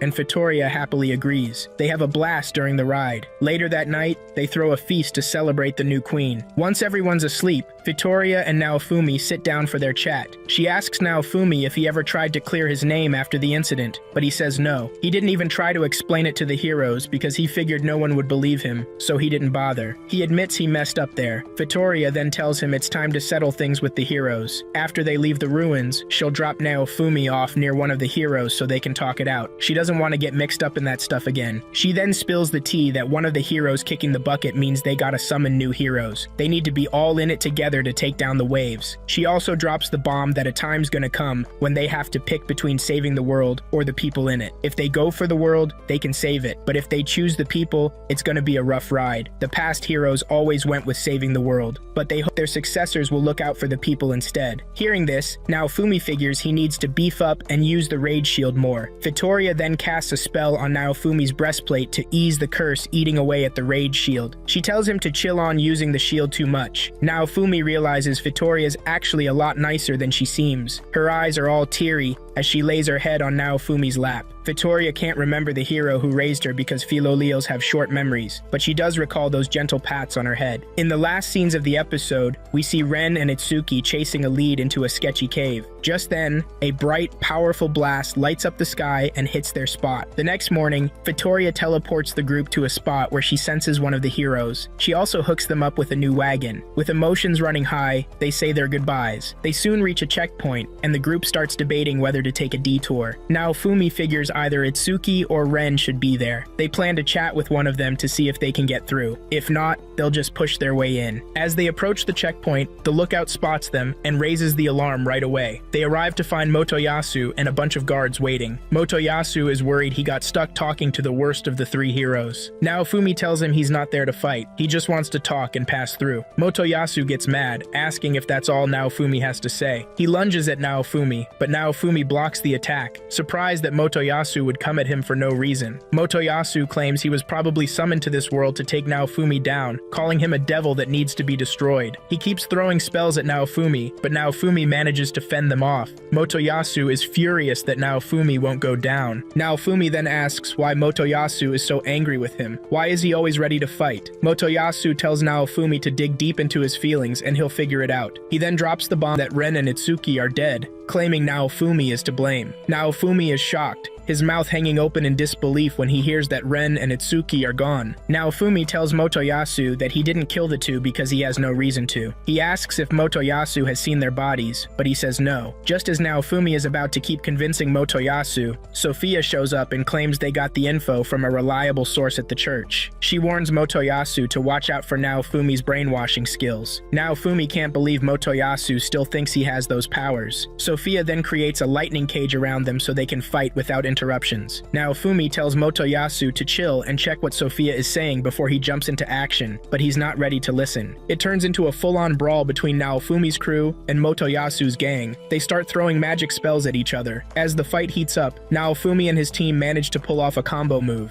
Motoyasu is shocked that Naofumi and his crew can take them down even without leveling up. Naofumi tells him that they've been training hard to pick up skills that'll help them in battle. Motoyasu isn't ready to throw in the towel. He insists he needs to get revenge for Itsuki and Ren. Just then, they realize all the soldiers are gone, and it's just them left. Philo knocks Motoyasu and his crew to the ground to bring them closer. She then tells Naofumi to set up a protection around them. Naofumi creates a shield prison, but Philo says it's not enough. He adds more layers of shield protection. Suddenly, a powerful projectile appears in the sky and crashes down on their location. The shield protection shatters, but Naofumi manages to block all the damage with his shield. The area around the group gets scorched, but they're totally safe. The ground is covered in magma, and while the team is still trying to figure out what's going on, the Pope shows up above them. The Pope is shocked that they're still alive after taking a direct hit from the multicaster ritual magic judgment weapon. He claims he wants to purify Naofumi for his sins, which means he needs to kill him. Sophia gets mad and calls out the Pope for almost taking out the spear hero and the future queen. The Pope mocks her, saying it'll be reported that the shield hero killed them. He adds that plans are already in place for someone else to take over the government. He accuses the heroes of hurting the nation, and then drops the bombshell that he was the one who killed Itsuki and Ren. Motoyasu is stunned when he hears this. To finish off the group, the Pope pulls out a sword that Melty recognizes. The look on her face shows she knows just how powerful that sword is. The Pope points the sword at the group and unleashes a massive blast, but Naofumi manages to block it. He can feel the sword's insane power. The Pope tells them that was just a test shot and powers up the sword to show its real strength. Suddenly, the sword turns into a spear, shocking everyone, but Melty is already in the know. She explains that the sword is a direct copy of the hero's weapons and can transform into any of the 4 legendary weapons, packing a huge punch. Motoyasu asks why they needed to summon heroes when they have something that powerful. Melty clarifies that the weapon uses a ton of mana. The Pope then says that the mana needed will come from the hundreds of followers behind him, calling it a battle between the devil and the divine. Motoyasu gets mad, realizing they've been playing him from the start. He fires a blast from his spear, but a barrier around the Pope stops it cold. Melty warns them they can't touch the Pope unless they break through the force field. Motoyasu tells Naofumi it's time to team up and cut off the mana supply. He throws out a bunch of combos to attack the Pope, but the barrier doesn't budge. Some of the believers run out of mana and collapse. After a bunch of failed attempts to hit the Pope, he strikes back with his own attack. Naofumi knows they don't stand a chance against the weapon's power, especially with the nearly endless mana supply. Just as the Pope is about to attack, a combo move comes out of nowhere and pushes him back. They turn around to see that Ren and Itsuki have just shown up. They're shocked to see the duo alive and kicking. The Pope tells his assistant to have their magicians focus on creating the barrier. Ren spills the tea that the Pope actually tried to take them out. They managed to survive thanks to the Shadow Squad. Ren and Itsuki figured out that everything about Naofumi was a total lie, and he got framed. Ren charges at the Pope and goes all out on him. The barrier protects the Pope, but he still feels the hit. Ren and Itsuki let him know that the Queen's forces are on their way. They urge the Pope to throw in the towel before the Queen shows up. The followers start to panic when they hear this, but the Pope quickly calms them down again. The heroes realize the followers and the Pope aren't ready to back down. They need to team up and teach them a lesson, but Naofumi decides to give the trio a reality check for how badly they've acted these past few weeks. He says none of this would have happened if Motoyasu had used his head, instead of blindly following Sophia. He also calls out Ren and Itsuki for treating everything like a game. The trio starts bickering, trying to blame each other for the mess they're in. While they're at each other's throats, the Pope is just laughing. He can't believe the heroes are such a joke. He's thrilled he can easily manipulate them, and even wipe them out if he wants. He says the heroes really need to be taken out. He's had enough and seen it all. According to him, they don't deserve to live. Then he reveals that while they were squabbling, the followers gathered enough mana. They've got enough power to charge up the weapon and take out the heroes. The Pope fires a blast from the legendary weapon at the heroes, but Naofumi blocks it. He remembers how Fitoria begged him to resolve things. He tells the other heroes they're scum, no better than the Pope trying to kill them, but he's willing to work with them until they take down the Pope and make it out alive. He insists he hasn't forgiven them, but he won't break the promise he made to Fitoria. With that, the heroes and their party agree to team up. Just then, the Pope activates a wall around them that looks like the roof of the church. He calls it his cathedral and tells the heroes they've reached their final destination. Meanwhile, the Queen is gearing up. She's suited up in her armor and ready to roll. She orders her troops to move out to take down the sneaky Pope and his crew. She's counting on the shield hero to hang in there until she arrives. Back where the Pope and the heroes are squaring off, the heroes launch a spell at the Pope, but he keeps brushing them off. While the Pope is battling the heroes, the believers are using their mana to heal him from any hits he takes. This lets the Pope stand strong against the heroes, bouncing back from any damage right away. Now Fumi is riding on Philo's back, carrying Motoyasu with him. He tells Motoyasu to go for it when they get close to the Pope. The plan goes off without a hitch, and Motoyasu unleashes a curse attack at the Pope, but the Pope easily wipes it away. He claims that curses don't mean squat inside the cathedral. He says the ground is a holy spot, blessed by the Supreme Being. Then, he tells the bishop to keep the believers on their toes. The bishop responds that almost all the believers are running low on mana. He warns that their lives could be at risk if they keep pushing it. The Pope doesn't give a hoot about that and tells the bishop to keep the pressure on the believers. The Pope insists that the fight is between the devil and the almighty Supreme Being. With that, the believers keep straining themselves to pump out more mana. The heroes are shocked to see the believers still going strong despite the terrible things the Pope just said to them. They realize the Pope is stacking up mana for a big attack, and they need to do something fast. They ask Naofumi if he can help out with his shield. He's been holding his own against them even though he's not fully developed. Naofumi is thinking about using the shield, but he suddenly feels a sharp pain in his body. He remembers what Fitoria told him about the Rage Shield curse. Right now, he has no choice because it's the only way to go head-to-head with the Pope. He reassures Philo and Raftalia that he'll do his best to keep his cool. He activates the Rage Shield, and the dragon's hatred starts to take over him. Naofumi tries hard to fight it off,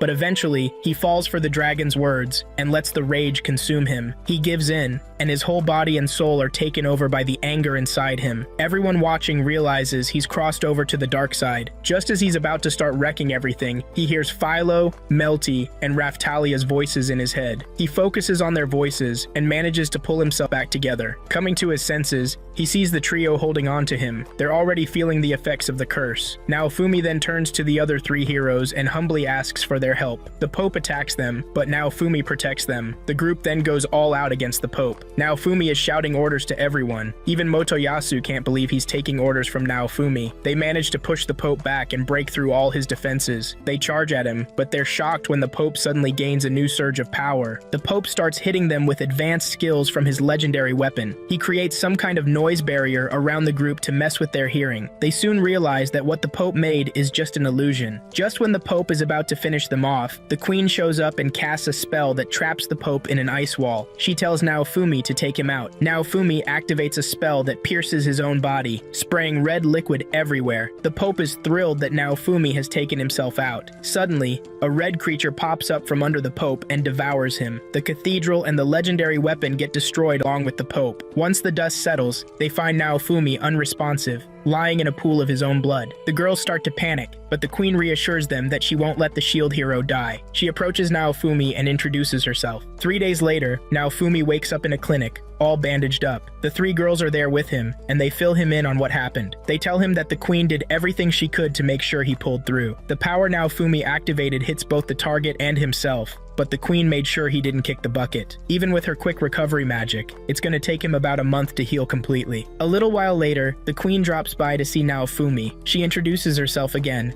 Her name is Morelia. Naofumi is curious why the shield hero has been treated like an outcast since he got to this world, and the Queen promises to explain everything. She reveals that she was away at a forum when the nation summoned the 4 heroes. They had originally agreed that each of the 4 nations would summon 1 hero, but the king and princess went behind her back and summoned all 4. This ticked off the other nations, and Morelia has been trying to fix the mess ever since. The lord she left in charge ended up dying in the first wave, which gave Altcray and Sophia free reign to do whatever they wanted. Then she gets into why the shield hero has been hated from the start. She explains that Altcray already had a grudge against the shield for a specific reason. He hated the last shield hero, and passed that hatred down to Naofumi. Things would have been different if Naofumi had been summoned to another nation. For example, in Siltvelt, they actually worship the shield hero. The Queen promises Naofumi that he won't be stopped if he wants to head to Siltvelt. She even vows to clear his name and put an end to the humiliation he's been facing. Plus, she's gonna reward him with a whopping 500 gold pieces. Naofumi Naofumi tells the queen he's not planning on sticking around the country. He knows they're counting on him to survive, but he promises to show up when the waves hit. The queen then invites him to the royal castle the next day to clear his name in front of everyone. A decree has already gone out telling people to gather at the castle. The queen bows and begs Naofumi to attend the gathering. He's shocked to see her bowing to him. That night, Naofumi wakes up from a dream where he sees the king and princess losing their heads at the execution ground. The next morning, Naofumi and his crew show up at the royal castle. The other three heroes are there too. A little while later, a messenger tells them to head into the throne room. When they walk in, Motoyasu notices that the king and the first princess aren't in their seats. The queen tells the guards to bring the king and Sophia in. They come in chained up, which shocks Motoyasu and the other heroes. The queen reveals that they are considered criminals, and the trial is about to start. Plus, it's going to be broadcasted for everyone to see. Before the trial kicks off, the queen makes sure the duo gets a slave crest to keep things fair. Motoyasu can't believe it. He tries to remind the queen that Sophia is her daughter, but she's not having it. She claims Sophia is a pathological liar who needs to be dealt with. The queen starts grilling her about everything that's happened so far. Every time Sophia lies, she feels pain from the slave crest. This way, everyone finds out she tried to kill her sister. They also discover that Malti, aka Sophia, framed the shield hero by saying Naofumi assaulted her. Once the confessions are out,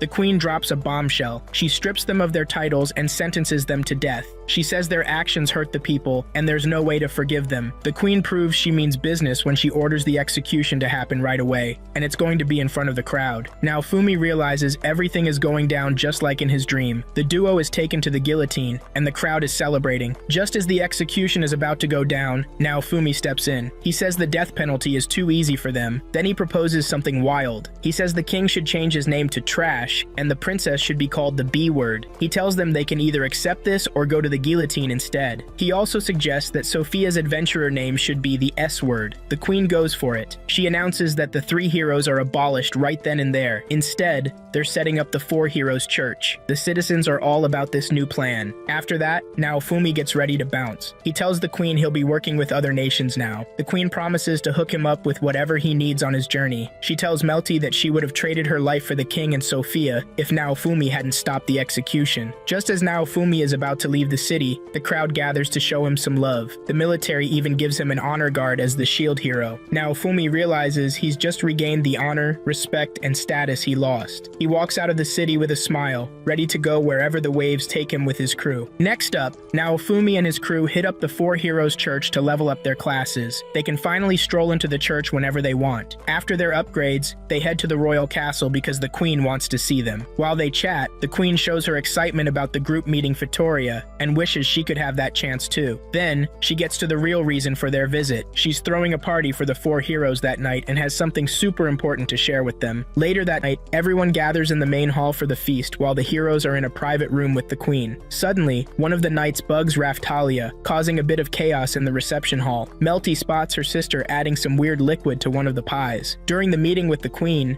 Naofumi remembers Vittoria's advice about sorting things out with the other heroes. He suggests they have a heart-to-heart since they're all together anyway. The queen then drops some big news. There's a once-in-a-decade event coming up that'll boost their XP. It turns out Naofumi is the only one who doesn't know about it. He looks totally lost when the queen mentions it. Just then, Melty rushes in to tell her mom that Sophia tried to poison the food for the party, and she confessed because of her slave pact. Motoyasu is skeptical, and the queen tells him to check it out himself after the meeting. Then she encourages the heroes to speak their minds to prep for the event, which will help them work together better and get more out of it. Motoyasu and the other two heroes think there's no need for that. The queen decides it's time to be straight with them. She reveals that when the next wave hits, if the heroes haven't settled their differences, they all expect the shield hero to be executed. She explains that the three heroes got taken down in the last waves, so they need to team up with the shield hero because they aren't as strong as him right now. The other three heroes then ask Naofumi where he got his cheat shield. He tells them it's not a cheat, it's just the result of his hard work. Naofumi offers to share what he knows with the three heroes if they agree to chat first. They kick things off by telling him about the cool perks of their legendary weapons. Naofumi is taken aback because he's been stressing over getting things right, stuff he could have easily done with his own legendary weapon, like teleportation. Meanwhile, the chaos in the reception hall is still going strong. Back in the private room, the heroes end up leaving on a sour note after getting into an argument. Long story short, the night turns out to be a bust. Later, Rafatlia and Naofumi sit down to chat about how the night went. Rafatlia apologizes for the mess, but Naofumi tells her not to sweat it because he feels the same way. He manages to unlock one of the weapon options the other heroes mentioned and plans to tell them about it the next day. The next morning, the queen tells Naofumi that the heroes took off super early. He decides he'll fill them in on what he found later. The queen then informs him that the ship for his transport is ready to go at the dock. So, the shield hero says goodbye to Melty and the queen. Before he leaves, Naofumi swings by the weapons shop to try out the new copy option he discovered. He uses it to copy some shields in the shop.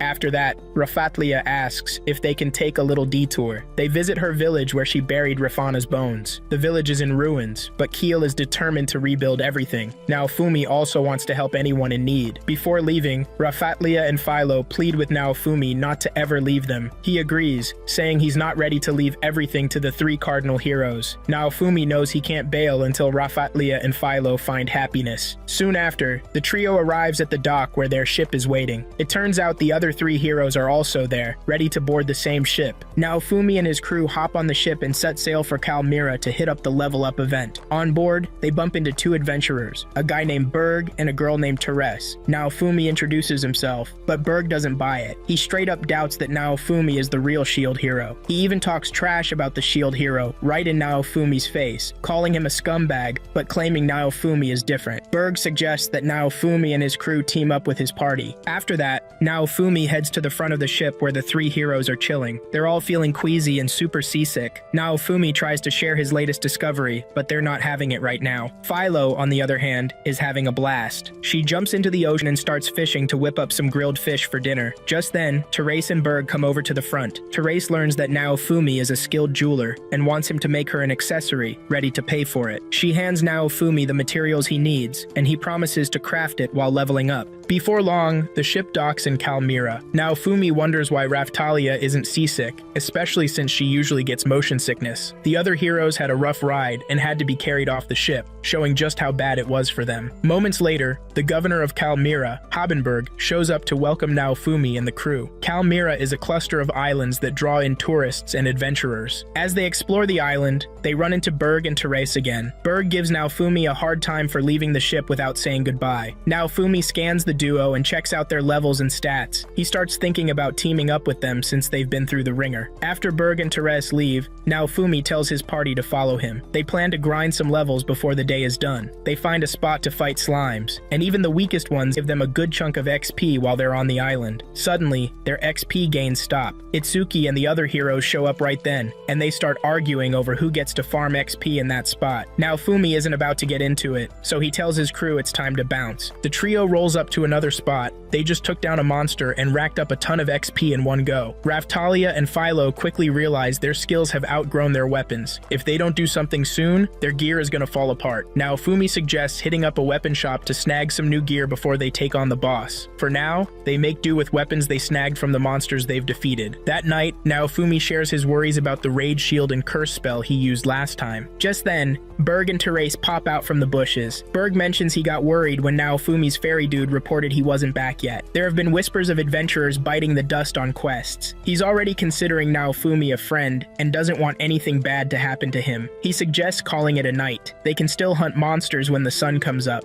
Raphtalia agrees with Berg, and Naofumi goes along with it too. Berg gives Naofumi a hug as they stroll out of the forest. When they get back to town that night, Naofumi, the other heroes, and their crew have a blast together. The next morning, Naofumi hands Therese the accessory she asked him to whip up. She's all about the beauty of the jewelry and pays him way more than he expected. She even wants to pay him more, and Naofumi suggests they grind levels instead. They hit the island and start battling monsters. Naofumi notices that Berg and Therese are pretty high-level adventurers. Therese casts a spell on the new accessory Naofumi made for her and uses it as a weapon. Naofumi and his crew are blown away by the chant Therese uses to activate the spell. They've never heard anything like it before, and it seems super powerful. The flames surround Naofumi but don't hurt him at all. In fact, it lifts the curse weight off his body. After a day of grinding, both parties say their goodbyes and split up. Naofumi is already planning to ask Therese and Berg to join his crew once they finish leveling up. Later, Philo comes running to tell Naofumi she found a structure underwater. They dive in and explore the place. There's breathable air inside, but it's dark until Raphtalia lights it up for them. They're shocked to find an hourglass inside too. This means the island could be attacked in the next wave. The next wave is coming in 2 days. After making this discovery, they jump right into prepping for the next wave. Naofumi teleports back to the capital to fill the queen in on what he's found. The queen wastes no time and quickly gathers a big army for the wave. There's a good chance the battle will go down at sea. Soldiers and adventurers are already on ships, ready for action. The folks in Calmira have also been evacuated to avoid any distractions during the fight. The queen and Melty are gearing up to join the battle too. Naofumi is still a bit anxious about whether the heroes will work together, but he feels better knowing that Berg and Therese are in the mix. He trusts them more than Motoyasu and the other two. Before long, the countdown hits 0 and the waves show up. Monsters start pouring in from the portals. The soldiers jump right in and start fighting the monsters. They even toss barrels of strong wine into the sea to use as explosives. Then, a massive sea monster appears, and it's a real headache. Itsuki can't land a hit unless they can lure it out of the water. The queen tells Naofumi to take charge of the sea monster, so it's on him to take it down. Naofumi hops on Philo's back and heads into the water to face the scary monster. Naofumi manages to lure the monster out of the water, giving Itsuki and the other heroes a chance to hit it hard. But even with all that firepower, it doesn't seem to phase the monster. It even takes out one of the ships. Luckily, Raftalia fires a strong harpoon that actually hurts the beast. Naofumi realizes that Raftalia is doing more damage now that she's leveled up. While the heroes handle the big monster, the soldiers keep their focus on the smaller ones. During the fight, Melty almost gets overwhelmed by monsters, but Berg swoops in just in time to save her and take out the monsters swarming her ship. Berg tells Naofumi to get the monster back out of the water so he can attack it. They need to deal with this monster first. Naofumi pulls the monster out, and Berg jumps on it, delivering a killer blow. Philo and Therese jump in to help, and together they take the monster down. The queen is shocked by their show of strength. After taking down the monster, the heroes are getting ready to scoop up the loot left behind, even though they weren't the ones who actually took it down. Suddenly, Berg jumps in and attacks Naofumi and the other 3 heroes. Naofumi is caught off guard by Berg's sudden shift in attitude. Berg says it hurts him that it's come to this. He didn't believe Naofumi when he claimed to be the shield hero. Berg then declares that the heroes need to be taken out for the sake of the world. He explains that what's about to happen isn't personal. They're heroes from another world too, and their own world is on the brink of destruction. They need something to fight for, and that's why they've come here. Berg and Therese say they're ready to battle the heroes fair and square. The queen realizes Berg and Therese are the bad guys and immediately orders her soldiers to back up the heroes. With just one spell, Therese manages to freeze the other ships so they can't mess with the fight. Therese and Berg say their only target is Naofumi, the shield hero. Naofumi's friends say they won't just stand there while the two try to take down their master. A brawl breaks out between the two groups. Berg seems to have the upper hand, effortlessly dodging their attacks. Meanwhile, Melty is gearing up to help Naofumi. Berg warns Naofumi that he gets stronger the more defense he has thrown at him, making it tough for Naofumi to take him down. Just then, Melty shows up. She urges Naofumi to defeat Berg and Therese quickly because the wave isn't over yet. The fight kicks off again, and this time, Naofumi and his crew start to gain the upper hand. They land a few hits on Berg, but it's still not enough to take him down. Naofumi knows this battle is serious. It's a kill or be killed situation. Suddenly, Glass crashes onto the scene. Turns out, she's on their side. She throws different spells at Naofumi, but he blocks them all with his shield. Glass says she's impressed with how much stronger Naofumi has gotten. He's able to block her attacks without even using the rage shield. The fight keeps going between the two groups. Naofumi notices that Glass is keeping her guard up around the Soul Eater shield he transformed during the battle. He and his crew get hit with a bunch of combos, but he manages to protect them with the shield prison. He tells his team to leave Glass to him and asks Melty, Philo, and Raftalia to take care of Berg and Therese while he faces off against Glass. They take their fight to another ship. Glass is surprised that Naofumi trusts his team enough to let them handle Berg and Therese. She then reveals that she's also a hero from the same world as them. As the battle goes on, Naofumi uses the Soul Eater shield and figures out that it doesn't drain Glass's SP, but her life force. He tells her to give up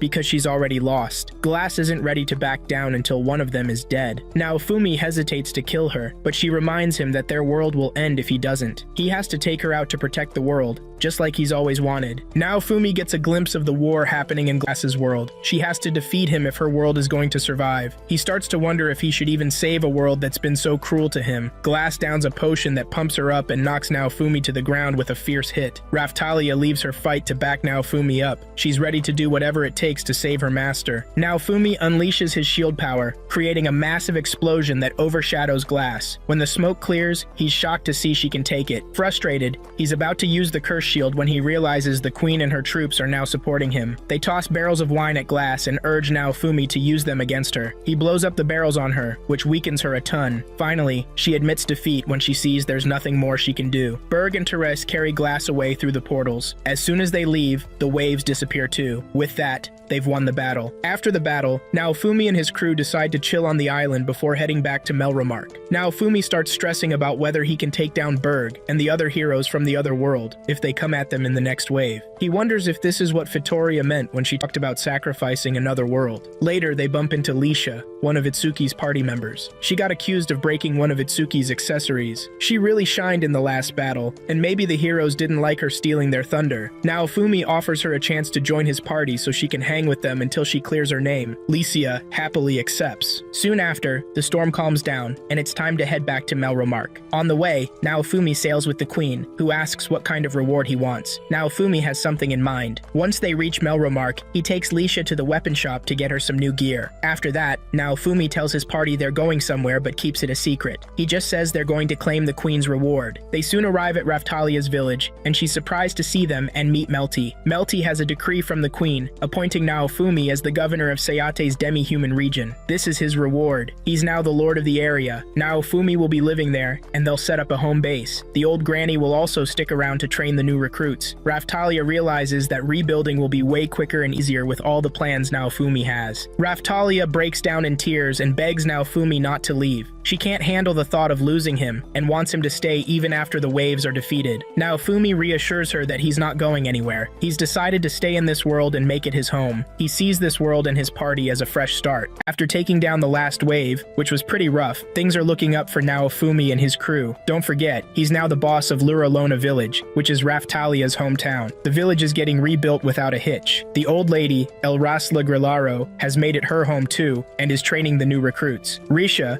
who used to be in Itsuki's party, is also in the village, working hard to impress him. She wants to get stronger because Itsuki thinks she's weak and not cut out for his team. She's even wearing a costume to boost her stats. Then there's Keel, who's training under the old lady. While Naofumi is chatting with her and the trainees, a swarm of monster bats shows up at the village. Philo and Raphtalia jump in with Naofumi to take out the bats. Naofumi grabs a piece left by the bats and uses it to power up his shield. He figures out that the bats are familiars and wonders if they're monsters from the waves, but he realizes the wave can't be the reason for the bats, since they still have a week until the next wave hits. Just then, he notices that the wave countdown has stopped. Suddenly, there's a loud roar that everyone in the area can hear and feel. After that, Naofumi and his team decide to head to the capital to talk to the queen about what's going on. The other heroes are there too. The queen tells them that the monster bats are linked to the awakening of a scary beast called the spirit tortoise. This spirit tortoise is said to bring a bunch of monsters and beasts with it. Motoyasu and the other two heroes tell the queen they're not ready to fight anything that isn't related to the waves. They were basically brought to this world to deal with the waves, and they're not looking to get involved in anything else. The trio leaves the meeting after making their intentions clear. On their way out, Risha spots Itsuki and asks to rejoin his party, but he shuts her down. He still thinks she'll never be strong enough. Back in the meeting room, Naofumi tells the queen he'll help with the spirit tortoise issue. The tortoise is still way out east but is heading toward the capital. Naofumi's territories are in its path, so they need to take it out before it gets there. The queen asks about Melty, and Naofumi says she's fine. She's keeping an eye on things in his territory. He's relieved that the wave countdown has stopped, giving him more time to focus on taking down the tortoise. He'll also look into why the countdown stopped. After the meeting, Naofumi and his crew hit up a weapon shop to get Risha a weapon. The shop owner, Elhart, tells Naofumi that other nations are teaming up with Melromark to fight the tortoise. Then, they visit a slave merchant. Raphtalia convinces Risha to get a slave crest like hers to help her grow stronger under Naofumi. She hesitates at first, but eventually agrees and gets the crest. Naofumi notices Risha is trying hard to impress Itsuki. He promises to train her so she can get what she wants and tells his party to get ready because they're heading to the Spirit Tortoise Kingdom the next day. As they travel to the Tortoise Kingdom, they come across some refugees. This helps them realize that things are getting worse over there. One night, the party discovers that Philo's cowtail is a communication device to talk to Fitoria. Fitoria reminds Naofumi about her warning. She'll eliminate the heroes if they don't work together. Risha is shocked and immediately worries about Itsuki's safety. During their journey, they hear a group talking about the tortoise. A hooded guy tells them that 3 heroes are dead. As soon as Risha hears this, she jumps out of the carriage and bolts toward the capital. Naofumi stops her and tells her not to freak out over unconfirmed news. He then asks Philo to check with Fitoria about any heroes being dead, and Fitoria says no. Risha feels relieved. Naofumi shares that he doesn't want to lose any heroes either. Suddenly, a horde of monster bats and yetis comes at them. The shield hero and his team fight off the monsters to protect the civilians until they can safely pass the checkpoint. The monsters are overwhelming, and Naofumi has to use a powerful dark burning curse to wipe them out. The spell is so strong it creates a huge crater in the ground. Naofumi is wiped out from using the spell. Philo, Risha, and Raftalia rush over to check on him in the crater when a woman in a black robe shows up. The woman asks the shield hero to kill her, and she disappears right away. Later, generals from different nations gather for a meeting, and the Queen of Melromark and Naofumi are there too. They get reports that the tortoise has already wiped out one nation's capital and is now chilling in a passive state. It's gonna stay like that for 2 to 3 days. During the meeting, some leaders think they can take on the tortoise without the 4 heroes, but the nation that got hit tells everyone they don't stand a chance. They all need to team up if they want a shot at defeating the beast. While the meeting is happening, Eclair, the daughter of Mirelia's trusted noble who died in the first wave, shows up at the camp. Philo and Risha tell her that Naofumi,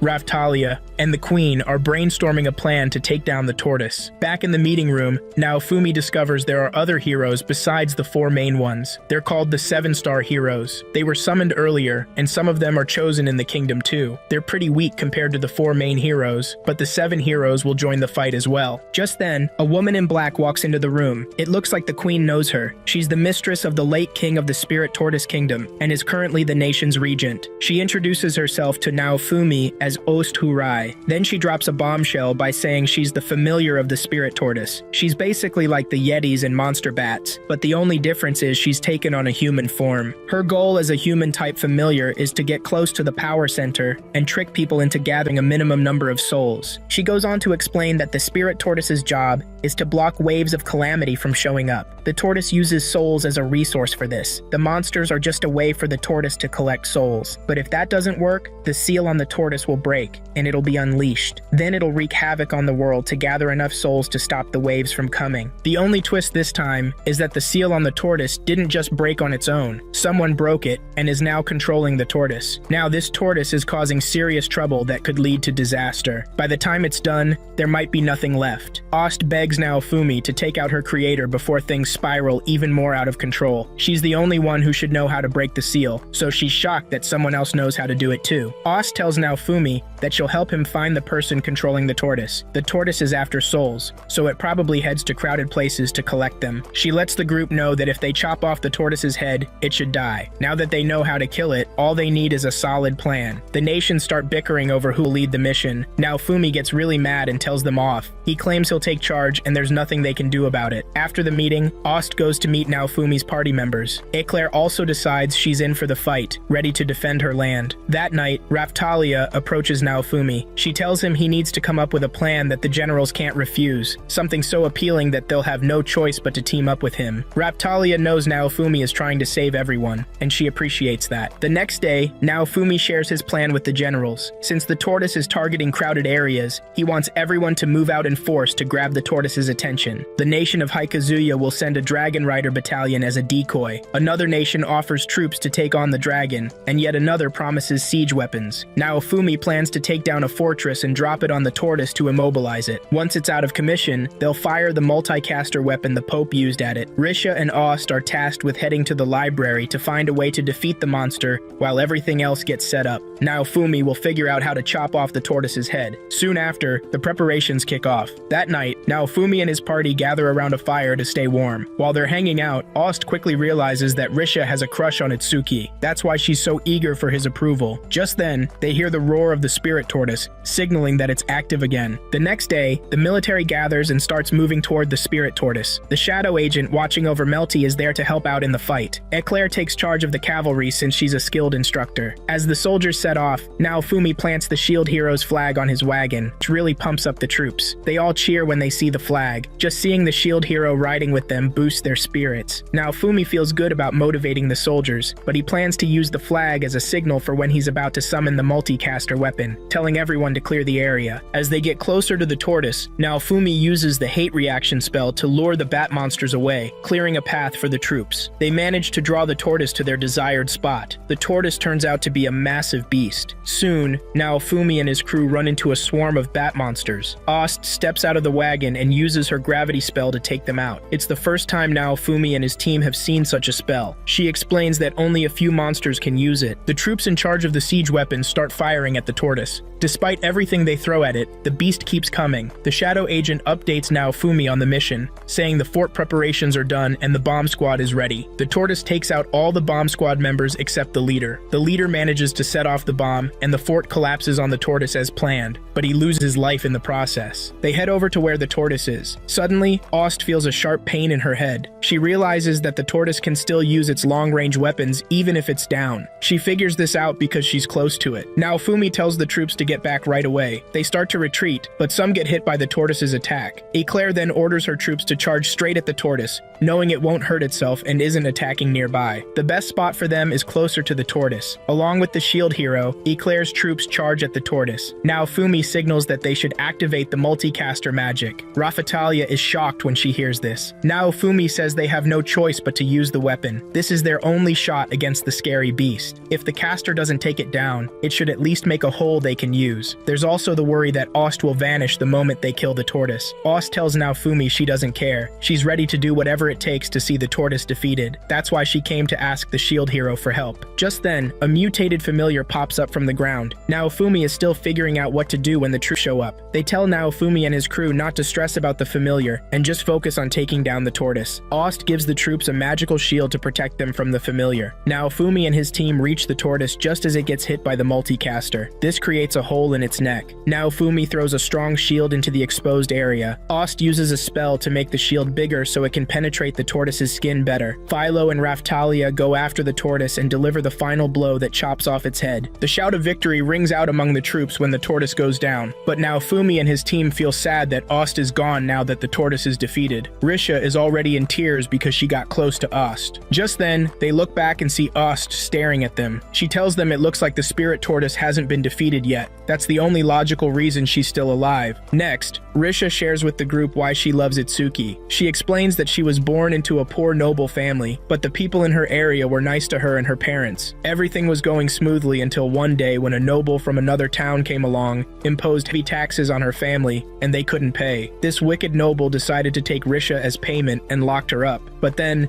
Itsuki came to her rescue and protected her. He also punished the evil noble and helped her parents. Risha says this is why she wants to repay Itsuki for what he did. She wants to do something that the bow hero will appreciate. After she finishes her story, Naofumi shows up to tell the group they'll be leaving the next day to head to the tortoise's back. The next day, the team sets off for their mission. They find out they're going to the tortoise's body, which is said to have the ability to come back to life even after its head is cut off. That's why they need to find a weak spot on its back and finish it off before it can revive. Philo mentions that the troops are already saying nice things about Ost, recognizing her efforts to protect the soldiers. They soon arrive at the tortoise. They'll need to climb it since it's massive. They pass some soldiers who greet Ost warmly. Ost wonders why they're so nice to her when they know her job is to steal souls. Philo and the other girls explain that they're grateful to her for saving their lives and understand she's just doing her job. No hard feelings. After walking for a while, Naofumi suggests they set up camp for the night. The old lady says Naofumi is brave for wanting to camp on a monster's back. He explains he doesn't want them to get worn out before reaching their target. While they rest, Ost encourages Risha to do her best by the shield hero's side, since it indirectly helps the bow hero too. Just then, Ost feels a sharp pain in her head. Naofumi notices that the fog that was everywhere earlier has cleared, revealing a clear path,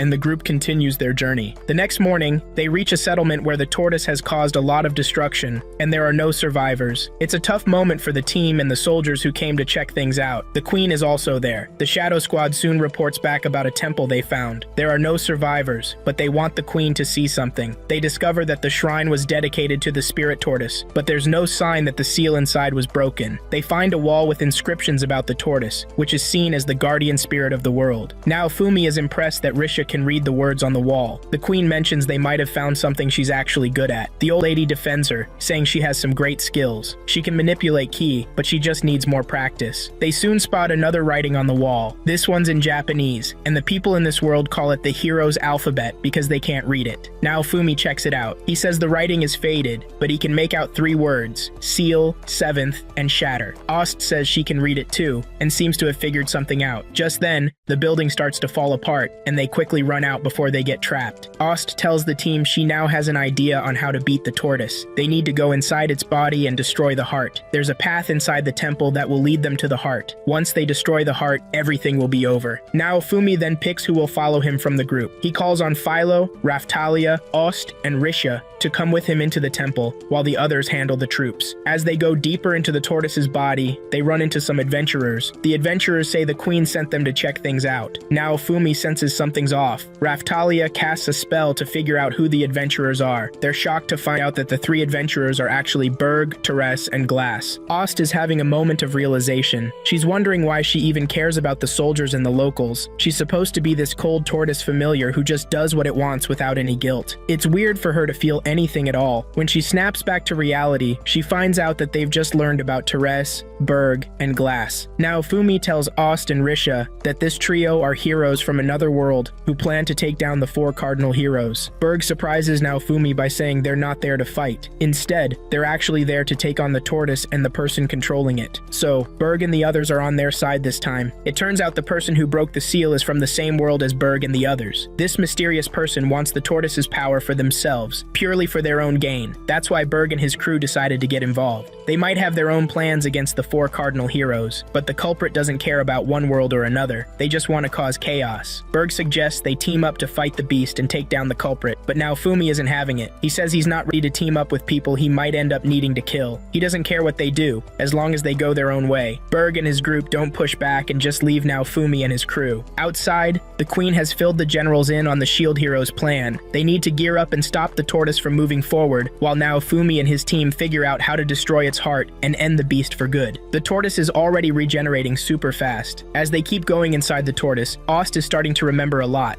and she's the one guiding them in the right direction. Naofumi also mentions that Glass looks different now. He points out that she's wearing a new outfit, and that's a bit concerning. They soon find a spot with a blue hourglass inside. This hourglass is not like any regular one. It shows how many souls the tortoise has collected. Once it's full, the tortoise will create a barrier to protect the world from the waves. Meanwhile, Berg and his crew have reached the tortoise's heart and are getting ready to destroy it. They want to take out the heart to free the guardian beast from the monster tortoise's hold. As they continue through the tortoise's body, Ost feels guilty about everything she's had to do. She can't shake off the memory of the soldier's smiles, and it hurts her to think about how many smiles she's taken away in the past. Rafatalia and Risha try to comfort her, telling her not to stress because she's just doing her job. They soon arrive at a place that seems to lead to the beast's mouth. Ost uses her power to open another path, saying this new route goes to the tortoise's heart. They finally reach the turtle's heart and meet the guy controlling it. He introduces himself as Kyo, the wielder of the book's vassal weapon. Ost attacks, but her strikes don't work since they're not facing his real body. Kyo tells Naofumi and the others that he knows Berg and his team are looking for him. He's made several fake hearts around the tortoise's body to keep them busy. Naofumi quickly demands that Kyo give back control of the tortoise and return the souls he's taken. Kyo just laughs and isn't interested in complying. Ost warns him that the people of this world will fight back against him. Not wanting to argue anymore, Kyo disappears. After he vanishes, the heart's defense system kicks in and attacks Naofumi and his crew, but he protects them with his shield. Philo goes after the heart, which affects Ost. She tells them not to worry about her and to keep attacking the heart. Rafatalia joins Philo, and they unleash a flurry of attacks on the heart, slicing it in half. At that moment, Ost passes out and Risha starts crying. Just then, Ost comes back to life, which is a letdown because destroying the heart doesn't even kill the tortoise. However, Ost remembers everything about herself and the spirit tortoise. Ost realizes the spirit tortoise is about to wake up, so she quickly creates a portal for them to escape. Berg and his crew realize too late that the tortoise is coming back to life. Naofumi and his team reach the deepest part of the tortoise and find Kyo there as well. Kyo tells them they've been going about it all wrong. He reveals that Ost is not just the tortoise's familiar, she's actually connected to the tortoise's core. Basically, she's the spirit tortoise itself. They could have ended everything by just killing her, he says. Kyo explains that Ost hasn't been able to take control because the tortoise has regenerated its head and heart. He tells the team they need to destroy both at the same time to have any chance of winning. Then Kyo drops a bombshell. He's got Itsuki and the other two heroes locked up, using them as a power source for the tortoise, which is why it's regenerating so quickly. The tortoise gets ready to wreak havoc and starts launching long-range attacks at the troops, but Vittoria shows up just in time to block everything. Vittoria attacks the tortoise while also talking to Naofumi's group through Philo. She says she'll handle the tortoise's head while they go after the heart, and they need to time it perfectly to hit both at once. Kyo says he'll just stop them from reaching the heart, and there's now a barrier around it too. Suddenly, Berg and his crew burst in. Kyo laughs at them for finally figuring out where the real heart is after wasting so much time. Berg mentions their vassal weapons are warning them against doing something gross, but Kyo insists he's not a slave to his weapon and will do whatever he wants. He casts a spell and summons a giant fiery bird. They try to attack Kyo, but he's got a barrier protecting him, powered by the three cardinal heroes. Outside, the queen realizes Vittoria can't fight at full strength with the military around. She tells the troops to retreat and let Vittoria do her thing. Vittoria is super powerful, and the tortoise is really struggling to even hit her. Kyo uses gravity magic to pin down the group so they can't move. He walks over to Naofumi and starts kicking him in the head, knowing there's nothing they can do. This breaks Philo and Raphtalia's hearts, but they're stuck. Just then, Risha finds newfound strength and manages to break free from the gravity spell. She calls Kyo out for being just like her. She calls Kyo weak, saying he relies on others' strength. Kyo gets mad and attacks Risha multiple times, but she survives it all. He's shocked to see her still standing after everything he threw at her. Risha comes after Kyo, and that freaks him out. While Kyo is busy fighting Risha, Ost takes the chance to give Naofumi the tortoise's power so he can break free. He does, and Ost opens a portal for Berg and his crew to reach the tortoise's core. Naofumi tells Philo to stick with Berg and his team, since she's the only one who can talk to Vittoria. Kyo wants to go after them, but Risha stops him. Now, he's stuck with Naofumi and his crew. Naofumi figures out that Risha can move because she can manipulate ki. Kyo stands no chance against her as she slices through everything he throws at her. She looks like a totally different person. She even breaks the wall holding the cardinal heroes. Ost then begs Naofumi to end her life while there's still time. Outside, the queen activates a multi-caster weapon to attack the tortoise. Vittoria uses this moment to take out the head. While that's happening, Berg and his team manage to break the barrier around the core. They think it's over until Kyo reveals he has a backup plan. He's now using the power of souls to defend the core. Earlier, Ost told Naofumi she was sure Kyo had a plan, and that he should destroy her when they find out what it is. Just then, Naofumi tries to activate the rage shield, but realizes he has no hate for Kyo. They think it's done until Ost activates the power she put inside the shield earlier. A bright light bursts from the shield, creating a powerful blast that cuts through the core like butter. It's so bright that everyone in the area can see it. Kyo tells them he's already achieved his goal. He has a glass vial with the stolen souls. He creates a portal and escapes before anyone can grab him. Ost is now lying on the floor, life slowly fading. She tells Naofumi not to use the rage shield again. Berg and his team then use the same portal Kyo escaped through. Before leaving, they promise to beat Kyo and get back the stolen souls. Naofumi tries to follow them, but he realizes he can't. The cardinal heroes can't invade another world. Ost then gives Naofumi what he needs to bypass that restriction. He and his team can now invade another world under certain conditions. Naofumi and his crew jump into the portal before it closes. As they leave, Ost finally dies and turns into golden dust. The tortoise's body also disappears, and the land turns green. In the next scene, Naofumi wakes up in a cell. Risha and Raphtalia are there with him, but Philo is nowhere to be found. They discover that their levels have reset to level 1, and Raphtalia looks smaller than before. Naofumi's shield has changed too. They notice the cell door is open, and there are no guards around. They make their way to the entrance and step outside, finding themselves on a weird beach. The ocean is in front of them, and a thick forest is behind. Since they can't go into the ocean,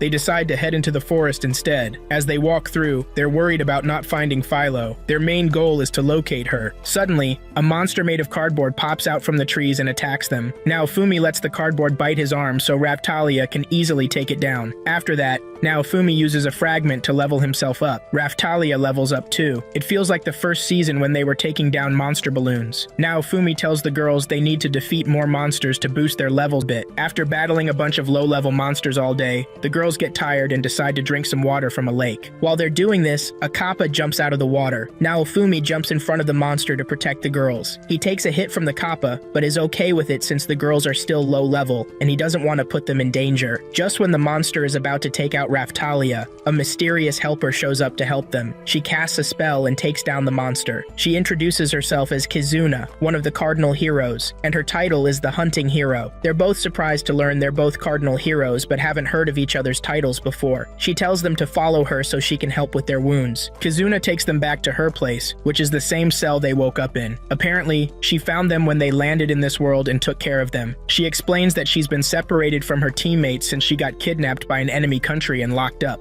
Now Fumi asks if she knows about the waves, but she says no. She mentions she was summoned to this world for a different reason. Naofumi is shocked because Berg and the others know about the waves. Kizuna gets curious when Naofumi mentions Berg and Glass. She rushes over to him and says that Glass is her best friend. Naofumi starts to doubt Kizuna when he hears she's friends with Glass, who he sees as a monster. Kizuna invites the group to eat. Naofumi hesitates to eat the food she offers. Kizuna reminds him that she saved his life, so she wouldn't hurt him. She pulls out her cardinal weapon and attacks Naofumi with it, cutting his neck, but he doesn't feel any pain. She explains that her weapon can attack but can't actually hurt anyone. This makes Naofumi and his friends trust her enough to eat her food. Kizuna provides raw ingredients and Naofumi ends up cooking. Raphtalia is going to eat more since she's still growing. Naofumi shares their plans to leave, but Kizuna tells them they can't. They're in a prison, the Infinite Labyrinth, which is a temporal prison. Once you're in, you can never get out. She lost track of time after the first few years, but hasn't given up because she's still looking for a way out. She promises to show them around when morning comes and assures them there are no monsters that can get in. The next day, Kizuna takes the group to a building on the island. She's cleared it of monsters before and thinks it might have a way out, but she hasn't found it yet. She shows them a portal that looks like it could lead out, but it's blocked. Naofumi suggests that it might not be an exit, but definitely a glitch.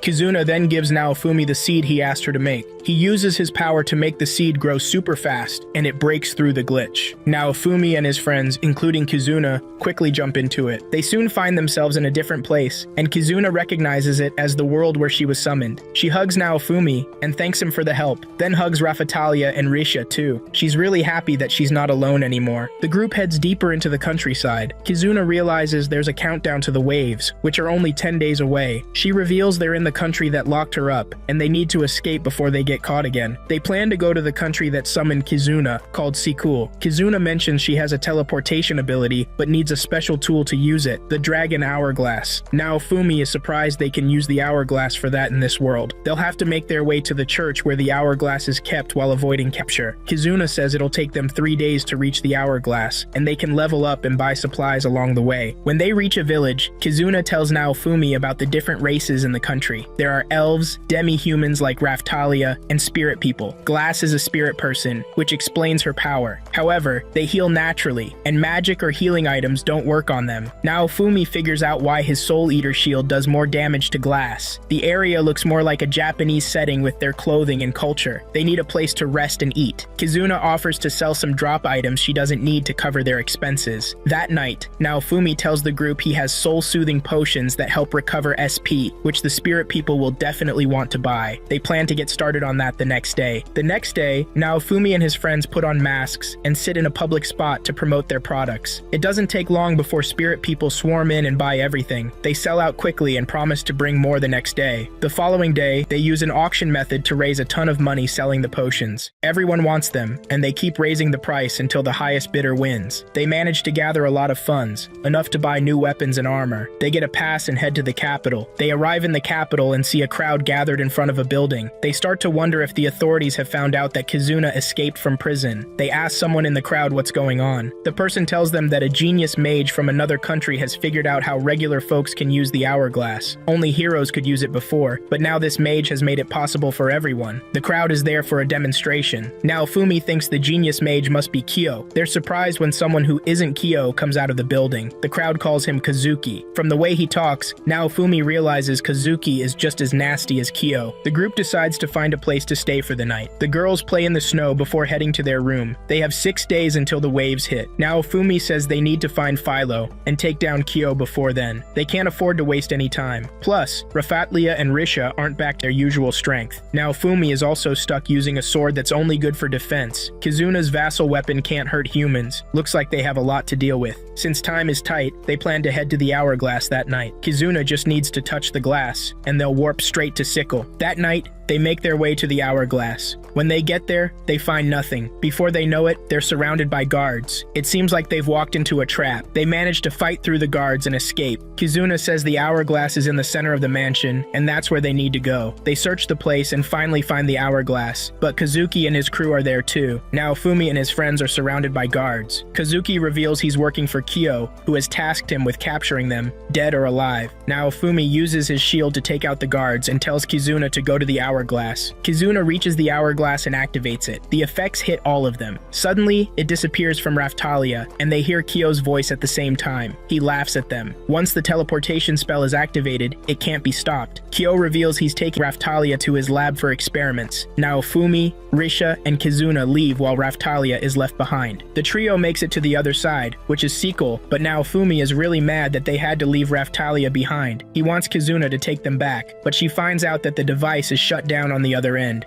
She tells Naofumi to chill out. She knows someone who can help them. Just then, two guys who know Kizuna show up. They're surprised to see her back. She tells them to get someone named Ethnobalt for her. Meanwhile, Philo is being messed with by a slave merchant. Kizuna starts talking to the priests about how she was locked up by their neighboring nation. They see it as a sign of trouble that needs to be reported right away. Kizuna tells them Naofumi helped her escape the labyrinth. She mentions that Naofumi is also a cardinal hero from another world. As soon as she says this, the priest calls for the guards. They're scared that Naofumi is there to wreck their world. Kizuna insists Naofumi can't do that because he's actually the one who helped her escape. Naofumi isn't ready to hear their nonsense. He's still really angry. He starts to walk away, but a white-haired guy stops him. Kizuna calls him Ethnobalt. Looks like he's the guy she was talking about. Ethnobalt is the one who wields the boat vassal weapon, and he's a hero too. Kizuna reunites with her Shikigami, Chris. She reveals that she and Glass made the Shikigami, which will help them find Glass. Naofumi can also make one to locate Raftalia and Philo. All he needs is his tomato sauce and something to act as a Shikigami catalyst. The catalyst can just be a strand of hair. Naofumi has a strand of Raftalia's hair in his shield. He takes it out, leaving him with just the tomato sauce. The ritual to create the Shikigami begins. It's quicker than usual, and the Shikigami forms in no time, surprising Ethnobalt because it's not supposed to be that fast. The Shikigami forms and appears as a small fox. Naofumi can see Rafatalia's eyes through the Shikigami. The fact that the Shikigami was created means the person who owns the catalyst is still alive and doing okay. Naofumi is eager to start the journey to find Rafatalia right away. Just then, he notices something weird about Ethnobalt. Ethnobalt transforms into a rabbit right in front of them. Kizuna explains that Ethnobalt is from a monster species and doesn't like showing his rabbit side to others. By revealing this, it means he now trusts Naofumi. Ethnobalt's boat will take them to the person they're looking for. The group heads to a flat area so Ethnobalt can summon his boat. The boat turns out to be bigger than Naofumi expected. They pull out a map and have Chris and the new Shikigami point to their target's location. They discover that both Glass and Rafatalia are being held in the same spot. The boat's teleportation kicks in, and they quickly arrive at their destination. They land the boat on the outskirts to stay under the radar. Ethnobalt will wait for their signal. As they walk through the town, Naofumi hears a familiar voice and rushes back to check it out. They see a circus performer mistreating Philo, using her as entertainment for the crowd. Naofumi gets mad and is about to make a scene, but his friends remind him they're on a secret mission. They decide to sneak in later that night to rescue Philo without her getting hurt. That night, they sneak into the place where the performer is keeping his merchandise. They find Philo in her bird form locked in a cage. They manage to break the spell that's keeping her from transforming, and she happily reunites with her master. The entertainer shows up while they're rescuing Philo. Naofumi uses his shield's power to create a mental illusion for the entertainer, leaving him in mental pain. He confesses he's the son of a noble and is just using the sideshow to make extra cash. He reveals that his father gave Philo to him after finding her unconscious. The team suspects Kyo must have been the one who handed Philo over to the noble. Since there are no Philolials in this world, Philo has been assigned to the fairy species. The next day,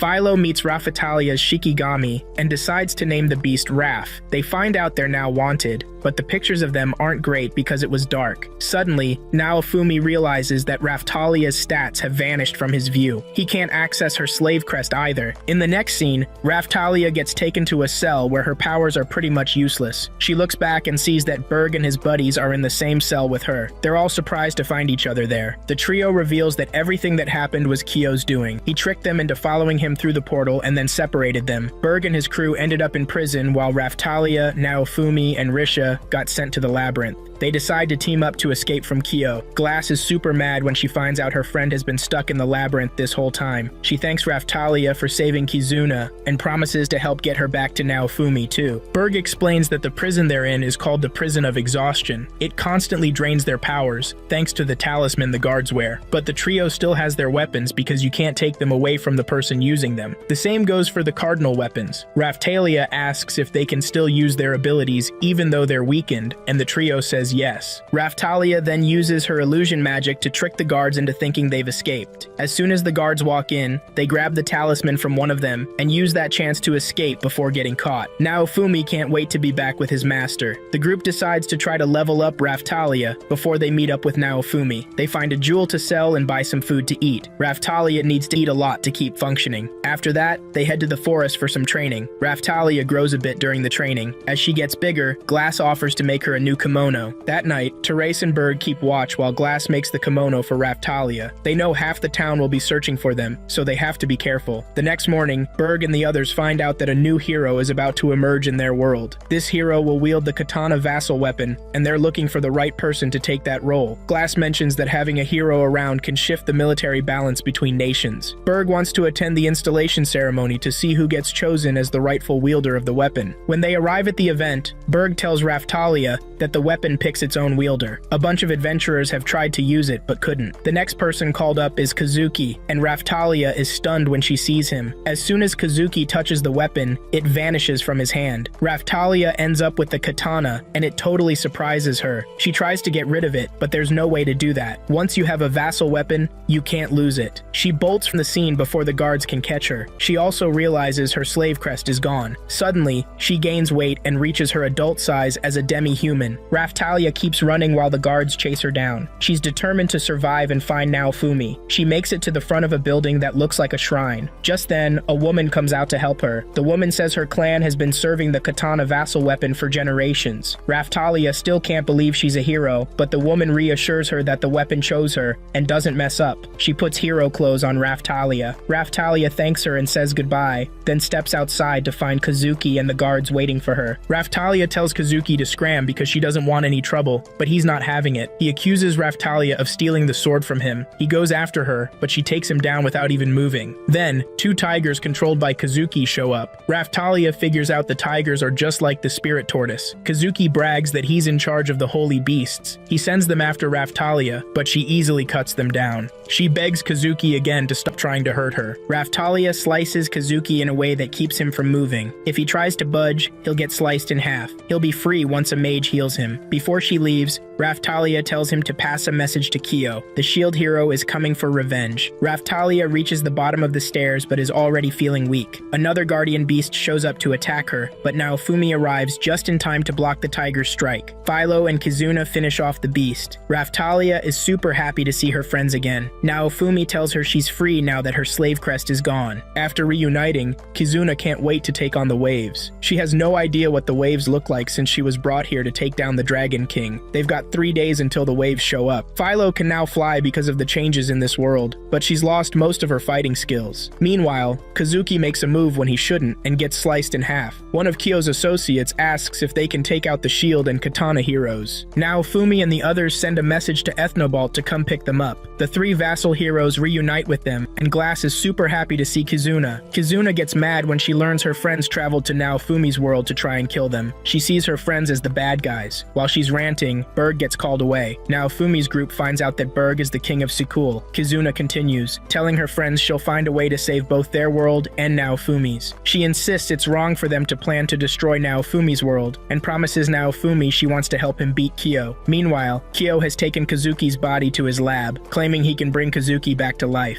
He's put Kazuki in a tube filled with some kind of fluid. The next day, the team heads out to gear up for their fight against Kyo. They stop by a weapon shop where the owner, Romina, is shocked to see Kizuna after so many years. Kizuna gets straight to the point, saying they need the best gear Romina can offer. She shows her samples of what they need and tells her they want everything done in one night. Suddenly, they hear a commotion outside. When they check it out, they run into Kyo's associate, Yomoji, who's there to take them out for Kyo. They're surprised she's come alone to fight them. She attacks, but they don't take her seriously until they realize she's actually strong. Her sword looks super powerful with how it moves and the damage it does. Berg and his buddy jump in to help, pushing Yomoji back. She's already panting from exhaustion, but isn't ready to give up. She powers up her sword again. The group realizes something's off with the sword because of how it moves and behaves. They ask Yomoji where she got it, and she says Kyo made it for her. They tell her to ditch the sword right away since it gives them a bad vibe. Just then, the sword starts acting weird. It suddenly grows these attachments and tries to wrap around Yomoji, but Kizuna jumps in and cuts them off. The other heroes join in with their combo attacks until the sword is finally destroyed. After that, Kizuna tries to have a calm chat with Yomoji. She learns that Kyo wants to kill her and the heroes using the sword. The sword would have killed her too, even if she managed to take out the heroes. Yomoji doesn't buy it because she sees Kyo as a good guy. She insists Kyo is just trying to achieve a simple goal, finding a way to stop the waves. Later, Kizuna and the group follow Yomogi to Kizuna's house. Kizuna wants to convince Yomoji to share what she knows. Now Fumi feels uneasy about Yomoji because of Kyo's past actions. Kyo has killed a lot of people, including Ost. He thinks they shouldn't treat Yomoji like a friend, and walks away. The rest of the group leaves too, leaving Kizuna alone with Yomoji. Once they're in her room, Kizuna frees Yomoji's hands to make her comfy. Yomoji relaxes and starts chatting easily with Kizuna. She reveals that Kyo was her childhood friend. He was a loner and didn't talk much. He's been a genius since he was young, always reading about the waves and other stuff. He's always wanted to find a way to stop the waves. Yomoji then tells Kizuna she's ready to fight with them if they have a real plan to stop Kyo. Kizuna reassures her that they just want to defeat him to talk, not to kill him. The next day, Naofumi and his crew head to the weapon shop to pick up their gear. While they're there, they notice the wave countdown suddenly hits 0, and the waves show up out of nowhere. Kyo is in his lab messing around with some stuff. While the team is still trying to figure things out,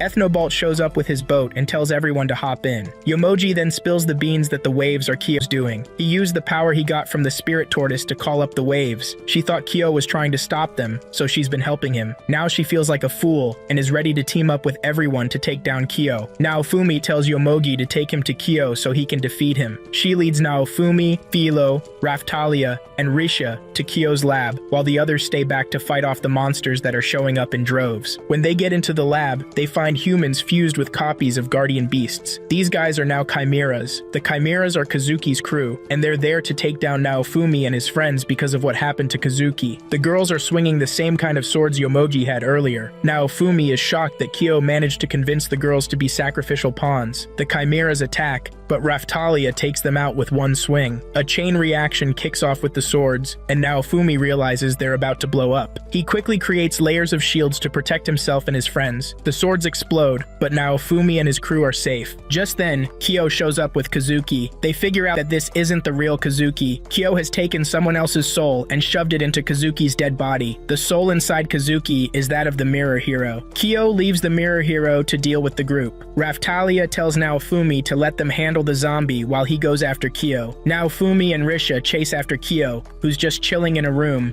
mocking them. He even threatens to go back to their world and take out Fitoria to grab her power too. Everything he says just ticks Naofumi off, making him angrier. He gets so mad that he activates the rage shield. Kyo keeps poking at him to make him angrier. Naofumi gets so worked up that the rage shield starts to take over. Risha tries to keep Naofumi in check, but there's not much she can do. She tries to get close to him, but he grabs her neck and starts saying hurtful stuff. Kyo is loving this. His plan is going perfectly. After Naofumi says all the nasty things he wants, Risha tells him she doesn't blame him. She's even glad to know what Naofumi really thinks of her, but she's sure that Naofumi cares about Philo and Raftalia. She urges him to pull himself together for those two girls. With her words, Naofumi starts to regain control little by little. Kyo is furious that Risha has messed up his plans. Kyo is trying to take out Naofumi, but Risha steps in and blocks all his attacks, reminding him that he's still weak and relying on the spirit tortoise's power to get by. Naofumi is struggling to regain control of himself. He finally gets a grip when Ost's spirit shows up and tells him he doesn't need the dragon's power to do what he wants. After that, Naofumi snaps back to his senses, and the anger inside him starts to fade. He opens his eyes and sees Philo and Raftalia next to him. He powers up his shield and points it at Kyo. Philo and Raftalia have taken down the zombie and got the mirror weapon. They combine the mirror weapon with Naofumi's shield to boost his power. Now he can go toe-to-toe with Kyo, even with the souls he's using for strength. Kyo gets defeated, and the waves clear up right away. The vassal book is left behind. Yomoji thanks the shield hero for taking down Kyo. After beating Kyo and getting the spirit tortoise power back, Naofumi and his crew decide to stick around until the next wave hits, so they can ride it home. But then they realize they're about to be sent back to their world since their mission is done. The countdown starts, and their bodies begin to glow. Kizuna thanks Naofumi as he and his friends head back home. Once they're back, the queen rewards Naofumi with the title of Viscount for defeating the spirit tortoise. Naofumi also finds out that the three cardinal heroes teamed up to take down the last wave that showed up. Next up, Naofumi and his crew decide to take a fun trip. They stop by a river to eat and chill out. Philo and Raphitalia chat about how they miss Kizuna. Risha still can't start a fire because she won't learn survival skills from Kizuna. Philo wishes she could still fly in this world. After that, the girls hit up a store to pick out dresses they think Naofumi will dig. They spend hours sifting through the clothes. Finally, they choose a dress for each other and step out to show Naofumi. They ask him to pick the best one, but he ends up talking about stats and attack power. Meanwhile, Yomoji and Kizuna are out fishing. While they're at it, they keep chatting about Naofumi and his friends. Kizuna shares her memories of the island where she was trapped. When she first got there, she was all pumped up and determined to escape. She started getting used to island life, catching fish and eating them. But soon, she got tired of plain fish and added some salt. After that, she built a boat to see if there was a way out on the horizon. When she got there, it turned out to be another dead end. She got really frustrated and even thought about ending it all, but she couldn't go through with it. To keep herself company, she made a mannequin to talk to. She told the mannequin everything she wanted to do and even asked if she should spice up her food. Eventually, she started cooking up tasty meals with the stuff she found on the island. One day, while patrolling the island, she saw Naofumi and his crew coming in like shooting stars. That's how she met Naofumi and his friends, who later helped her escape the island. With that, she wraps up her story for Yomoji. Yomoji then admits she's slowly forgetting Kyo's face, even though they grew up together. Kizuna encourages her to remember the good times instead of the sad ones. Yomoji recalls a moment in the lab when Kyo was looking for his glasses before he went to another world for the spirit tortoise power. That was the last time she had fun with him. After saying this, Yomoji can picture him again. She thanks Kizuna for the help. The two decide to head out before their people start searching for them. Back in Naofumi's world, Philo is trying to fly with the wagon. She's still not ready to accept that she's now a flightless bird. She wishes she could fly with the wagon instead of just pulling it. Raphitalia mentions that if Ost were still alive, she could have used her gravity magic to make Philo feel like she was flying. They remember the night Ost was giving them a talk about mating, saying it's a beautiful experience, and that Raphitalia has been wanting to mate with Naofumi since then. Even Philo wants to mate with Naofumi. The group soon reaches a spot to honor Ost. They toss flowers off the cliff in tribute to Ost and her sacrifice. As they start to leave, Naofumi looks back and sees Ost's spirit smiling at them. He smiles back as he says goodbye to her.